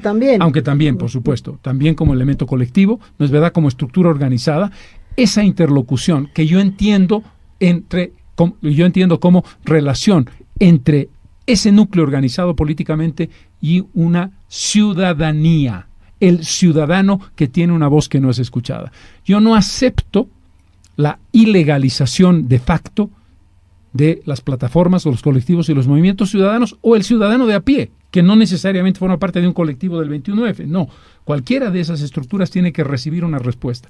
Pero, dicho esto, me parece que los objetivos son claros, que las metas son claras, que los instrumentos que tienen que usarse son claros y que el mecanismo al que hay que entrar, nos guste o no nos guste, porque esa es la legalidad democrática impuesta por quien tiene 2/3 del poder, sea a través del mecanismo electoral. Porque lo otro, que yo entiendo, no tienes por qué tener una respuesta, puedes no tenerla, es legítimo. Todos estamos en una... Es mejor saberlo que no saberlo, por lo menos. Es verdad, absolutamente cierto. Es decir, el concepto es, lo que yo criticaba no es que no tuvieras respuesta, es que descalificaras tan fácilmente las posibilidades de respuesta que uno encuentra dentro de un escenario, siendo estas, creo, planteadas racionalmente en una lógica que no tiene nada que ver con la resignación. No, pero yo quiero decir algo, Carlos, y es que tú no has dejado claro ¿cuál es el papel de los partidos políticos? Muy bien, no los quiere llamar mafias, no hay ningún problema. Yo me hago cargo de mis palabras y me hago cargo y pago mi factura por las barbaridades que voy diciendo por ahí. Pero tú no has dejado claro cuál es el papel de los partidos políticos. Son un corsé necesario, son un corsé inevitable, son una estructura que puedes utilizar sin ser utilizado. Son una mediación para llegar al voto de la gente, son una mediación para construir una relación con la gente. Yo ahí es donde te he dicho, bueno, te pasas, o sea, ¿cómo vamos a reconstruir a partir de los partidos políticos? Con sus niveles de desprestigio, con sus niveles de desideologización, con sus niveles de caudillismo, porque aquí no es Evo Morales el único caudillista. El caudillismo se repite de una manera sumamente dramática y tiene que ver con el carácter patriarcal y machista de nuestra sociedad. ¿Cuál es el papel de los partidos según tú? El punto de tu pregunta, que ya ha sido respondido largamente en mi anterior intervención, te he explicado cómo entiendo yo la lógica de una organización política y su vinculación con el ciudadano y la legitimación clara y explícita antes del proceso de primarias de reconocer al ciudadano a través de las plataformas y los colectivos ciudadanos. Por mucho que el Tribunal Supremo Electoral no lo reconozca, las estructuras partidarias pueden hacerlo sin ningún problema. Pero bien, tu pregunta es... No pueden hacerlo porque las partidizan inmediatamente. Aquí hay un elemento que tiene que ver con la forma inteligente de plantear ese tipo de alianzas. Si yo tuviera un partido político, María, cualquiera que fuera, el partido Periquito. Que no lo tienes. Que no lo tengo. El partido Periquito. ¿Ok? Y yo fuera el líder del partido Periquito, que además diría como condición básica, el líder del partido Periquito puede ser líder 5 años y al 6º año se va a su casa, pase lo que pase. Es decir, aunque haya hecho la mejor gestión de la historia de su partido o del gobierno. Es como primera Eso no premisa. ha pasado en la historia. No, estoy diciéndote del partido Periquito, no te estoy hablando del MNR ni del MAS, te estoy hablando del partido Periquito. Y yo digo, ¿sabes? He decidido hacer una alianza política con Mujeres Creando. Hemos hecho una alianza política, ¿en base a qué? Mujeres Creando tiene un ideario y Mujeres Creando me dice, ¿sabes, Carlos? Si tú quieres aliarte con nosotros, tú tienes que comprometerte a trabajar en una lucha por los principios fundamentales que son estos, ¿ok? Y tú no te inscribes al partido Periquito, tú eres líder de Mujeres Creando.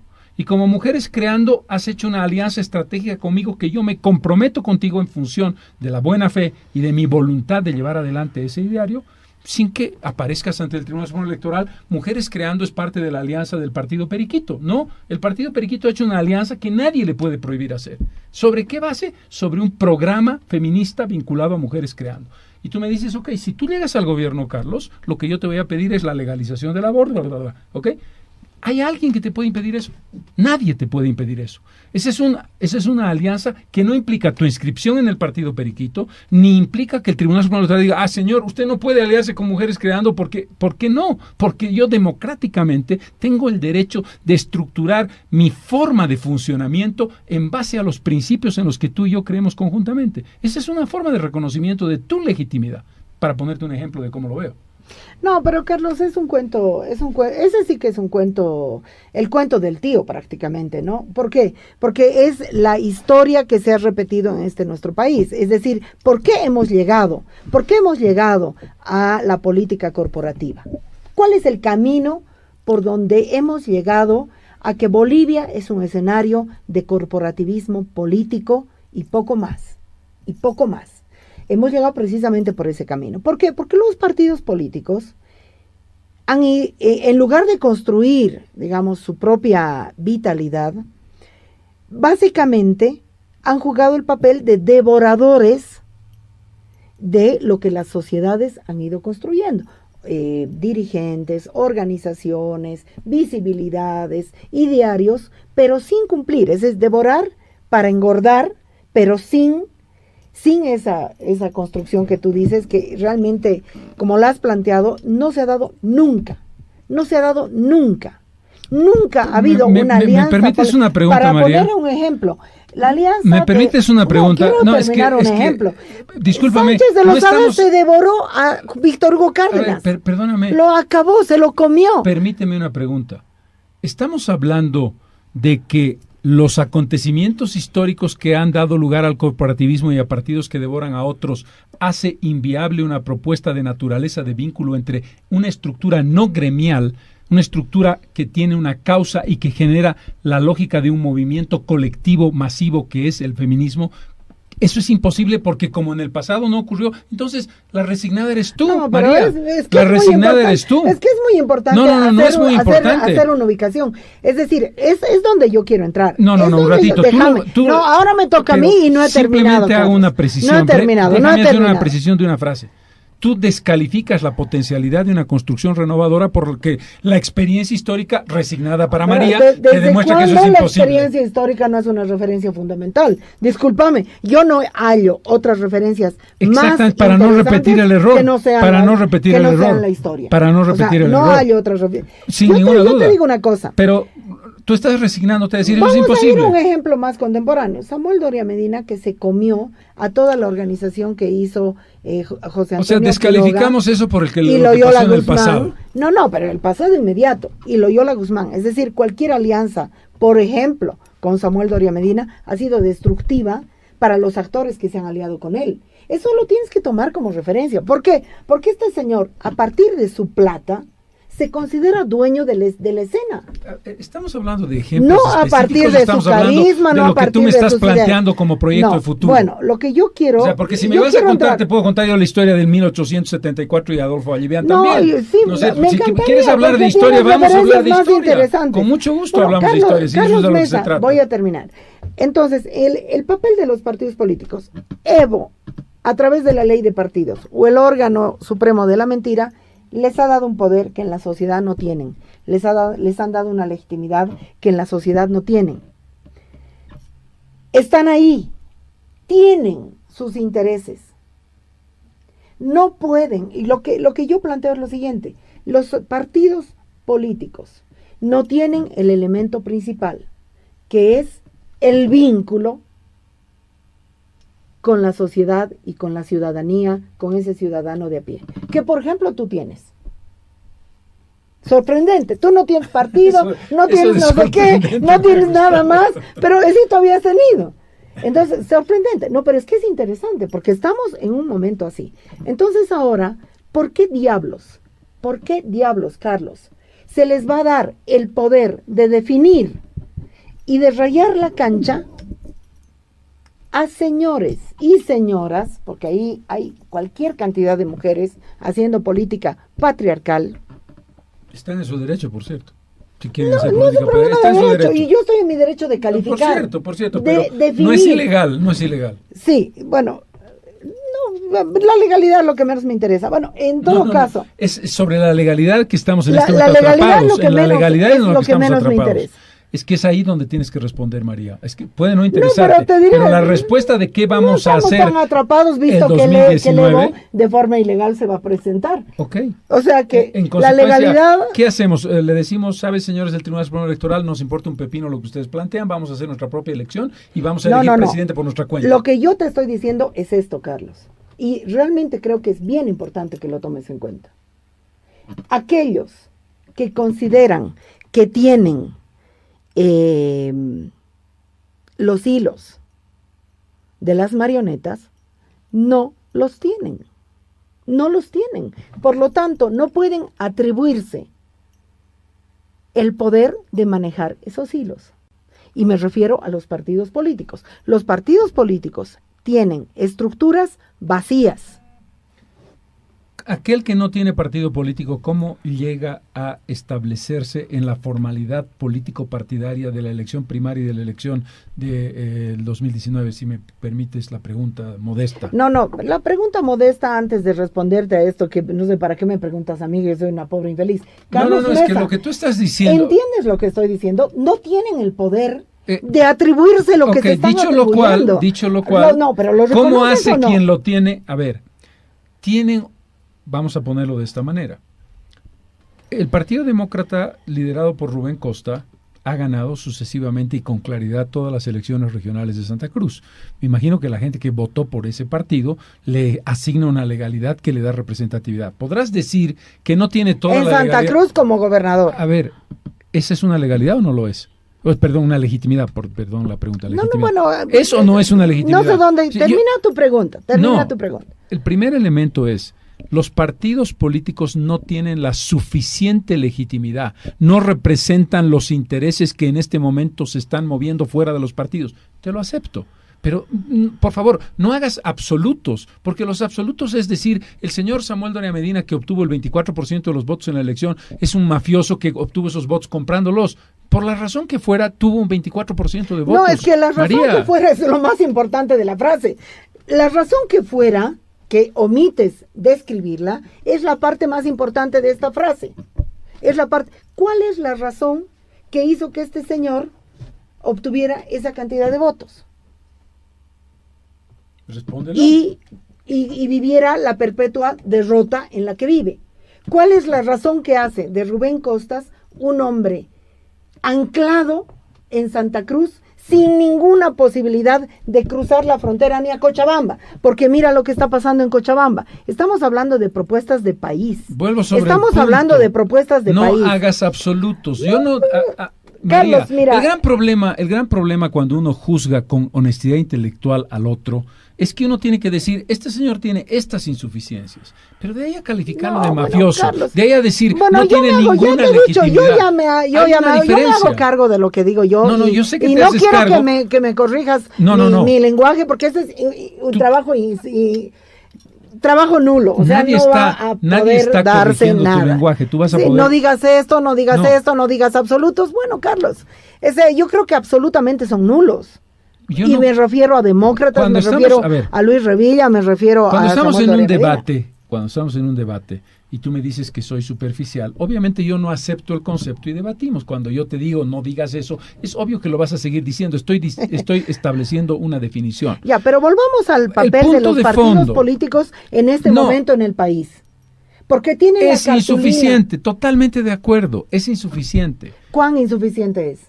Insuficiente en la medida en que una parte fundamental de la sociedad, es decir, en el 50% de quienes no creen en los partidos políticos, ese 50% de la sociedad que vota en contra de los partidos políticos cree que los partidos políticos no representan al ciudadano, ni el MAS ni los otros partidos políticos. Es insuficiente. La pregunta que tienes que responder es, dado que la legalidad en la que, salvo que me digas yo no voy a entrar en esa legalidad y por lo tanto no voy a votar y que gane Morales y que nos siga imponiendo lo que quiera, si tienes que entrar en esa legalidad, tú tienes que dar una respuesta: o entro como parte de los partidos políticos y voto por los partidos políticos existentes, o se establecen organizaciones políticas dentro del escenario que existe, o no hay ninguna otra opción. Este es el punto. Yo quiero ahora remitirme a un hecho histórico que el otro día me he remitido, que ha sido fabuloso y que tú lo debes conocer porque tú eras amigo de Filemón Escobar. Me lo ha contado 3000 veces, tanto me lo ha contado el Filemón que conozco la historia al derecho y al revés. Áñez Pedraza, dueño de la sigla del MAS. Sí, señor. Filemón, amigo de buenos, malos y de todo el mundo. Tribunal Electoral en manos de lo que se llamaban partidos liberales, neoliberales, que le tenían pánico pánico, no miedo, pánico al proceso de construcción política del instrumento por la soberanía de los pueblos, que no era el MAS. IPSP. De donde estaba, cuya columna vertebral era un señor que se llama Filemón Escobar, con toda la tradición de la Federación de Mineros de Bolivia y con todas las pruebas políticas que hizo el Filemón, porque hizo de la política un laboratorio. ¿Qué hizo Filemón? ¿Cuál es la legalidad? Ya hay que tener una sigla, hay que tener una cartulina, hay que tener un no sé qué. Ya, señor Áñez Pedraz, ¿cuánto cuesta? Uh-huh. Yo no me acuerdo, porque el Filemón me dio la cifra. ¿Te dio la cifra a ti? No. Bueno. Me contó la historia, pero no me dio la cifra. Le importaba 5 porotos al Filemón. O sea, no es que le pedía a Áñez Pedrazas que se lo arme su plataforma, no es que le daba poder a Áñez Pedrazas. Filemón tenía la lucidez, el atrevimiento de hacer de la legalidad una papa frita. Yo por eso lo considero un maestro y un hombre histórico para la sociedad boliviana. Sin duda. Agarró la cartulina y la transformó en el movimiento al socialismo, porque históricamente agarró la legalidad, les negaban la legalidad, el María, derecho a hacer política. Vamos por orden. Agarró la legalidad. Es decir, la legalidad de ese instrumento del señor David. Permíteme, es que es muy importante, porque estamos en el corazón del tema. Fue la picardía de Filemón. Estamos en el corazón del tema. Agarró la legalidad de una sigla política. Y sus colores. Lo que fuera, ¿no es verdad? Y le dio contenido. ¿No es verdad? Pero lo importante aquí es que tú me estás dando una respuesta ya objetiva. La lógica es que inevitablemente tienes que entrar en la legalidad. ¿Cómo entras en la legalidad? Formalmente, para darle un contenido a esa legalidad a partir de esa estructura que es hoy el movimiento al socialismo, mal, bueno, regular, etcétera, marca algo fundamental. Ya me estás dando una respuesta. Me estás diciendo, ok. Hay que burlarse de la legalidad como lo ha hecho Filemón Escobar. No. Pero el Filemón encantaba esta historia porque se mataba de risa. Se podría matar se podría regodear todo lo que quieras, pero tuvo que inscribir esa sigla riéndose y burlándose, todo lo que tú quieras, pero tuvo que inscribir esa sigla en la Corte Nacional Electoral. A partir de esa sigla vacía, construyó una propuesta. Pero hay una cosa que se llama legalidad, que te puedes burlar en la cara, pero tienes que cumplirla. Ahí voy, Carlos. Tienes que cumplirla. Carlos. Si tú me dices, o sea, lo que tú me has dicho yo lo he entendido así, que Filemón hubiera ido donde Áñez Pedraza, le hubiera dado la candidatura a la vicepresidencia, le hubiera dado la relevancia a su payasada ideológica que era el falangismo semifascista, ¿no? Payasada ideológica no, era el falangismo semifascista, no payasada ideológica. Era payasada. Era una estructura ideológica como otra cualquiera. Era una estructura Falange socialista boliviana fue una estructura política fundamental en la historia contemporánea del país. Pero cuando Filemón le compró la cartulina era una payasada, había dejado de existir. Era un saldo, diremos. Hoy en Bolivia existen cartulinas en la Corte Nacional, órgano nacional de la mentira, de carácter nacional. Sí, sin duda. Bueno, entonces no hay por qué darles a quienes están negando la política hoy en Bolivia, a quienes están negando la construcción de ideologías y de sueños, no hay por qué resignarse y darles un poder que no tienen. La clave, a ver, no puedo hablar en abstracto. Sí, el personaje clave es Carlos Mesa. ¿Por qué Carlos Mesa les va a dar poder a esos señores? ¿Por qué? ¿Y por qué? Por una pinche cartulina, Carlos. Perdóname, María, estás haciendo una presunción que no voy a entrar en el juego. Bueno, estás hablando a mí como si yo fuera candidato a la presidencia. Tú has puesto de ejemplo hipotético mujeres creando, y a mí se me han parado así los pelos porque soy anarquista, ¿no? Bien. Y yo también puedo agarrar al señor Carlos Mesa y hacer la hipótesis. O sea, tú cuando yo hablé de la hipótesis con mujeres creando, me quedé calladita. Yo también entiendo que tú haces una hipótesis, pero no conviertas esa hipótesis en un hecho objetivo. Pero estoy haciendo esa hipótesis y es interesante. Porque los partidos no tienen lo principal. Tienen algo que se compra y se vende. Porque aquí en Bolivia se compran y se venden riñones y se compran y se venden personas, y se compran y se venden legitimidades políticas. Es así de grave. Y esa es la verdad, Carlos. Tú lo sabes. No sé si es en el barrio chino donde se venden esas cartulinas. Te diría algo más. Pero hay la calle de la Angustia donde se venden te diría esas algo cartulinas. más, María. Te diría algo más, tienes toda la razón.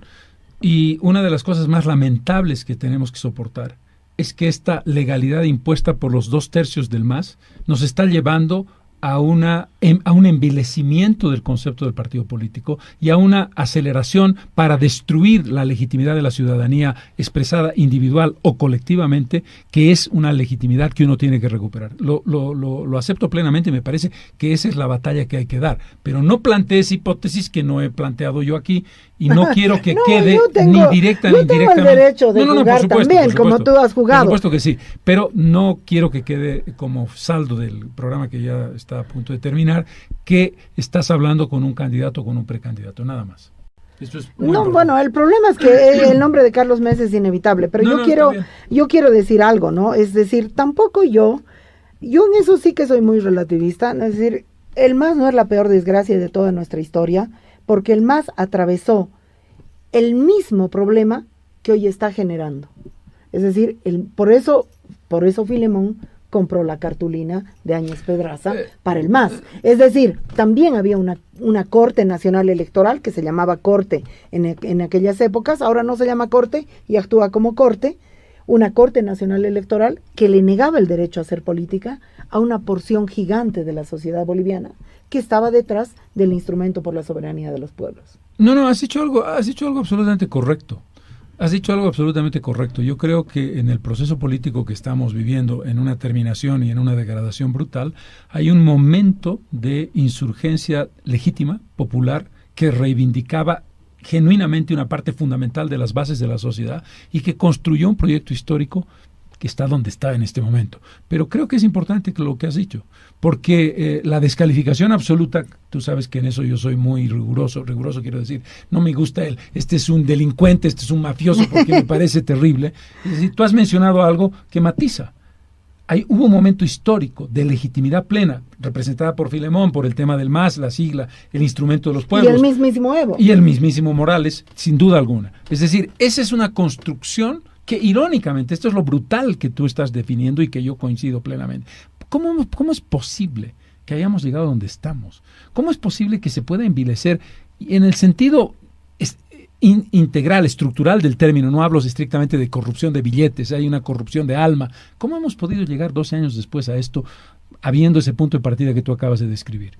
Esto es lo brutal del asunto. Yo cerraría con esto, Carlos. Los partidos políticos hoy tienen una cartulina y nada más. No necesariamente. Tienen una cartulina y nada, y bueno, plata. No, plata. Hay partidos que han conseguido votos legítimos, por favor. Bueno, pero Carlos, esos votos ya los invirtieron en sus municipios, en sus mochilas en Oruro, en sus mochilas en Cochabamba, y ya los despilfarraron. Un segundo. Sí. Y Evo Morales también hay corrupción. Despilfarró pero sus por votos. favor, no puedes describir a un partido solamente como corrupción. Carlos, pero los votos no son una propiedad. Es decir, yo estoy segura una propiedad, que Evo Morales ha perdido votación. Sin duda. Yo estoy segura que ha perdido votación. Entonces él no puede ahorita venirme a decir, yo represento el 61 o el 62% de la población. Veremos. Por eso lo veo tan asustado. Los votos no son estoy una de acuerdo. propiedad. Pero lo que te quiero decir es, no definas la construcción de los partidos políticos simplemente como estructuras mafiosas, por favor. Lo único que puede hacer Evo Morales ya es ilegalizar el voto. Ya es lo único que nos queda. No es que lo que nos quedan son las cartulinas de los partidos, lo que nos quedan son los votos. Y la persona que es capaz de captar esos votos es la persona que tiene la tiza para rayar la cancha. Y esa persona se llama Carlos Mesa. Termina el programa, María, con una definición lapidaria. No voy a hacer ningún comentario sobre ello, me parece que es un punto de vista muy respetable. En todo caso, creo que ha sido un debate que nos ha permitido ir mucho más allá de lo que yo creía por la complejidad, porque podíamos habernos hundido en la abstracción y hemos aterrizado en cosas muy concretas y eso me alegra más allá de las diferencias que tenemos. Me dan ganas de regalarte una tiza. Gracias por haber venido. ¿De qué color sería la tiza? Blanquita, para que se vea bien clarito, ¿no? En la cancha se vea clarita la raya. Gracias, María, gracias.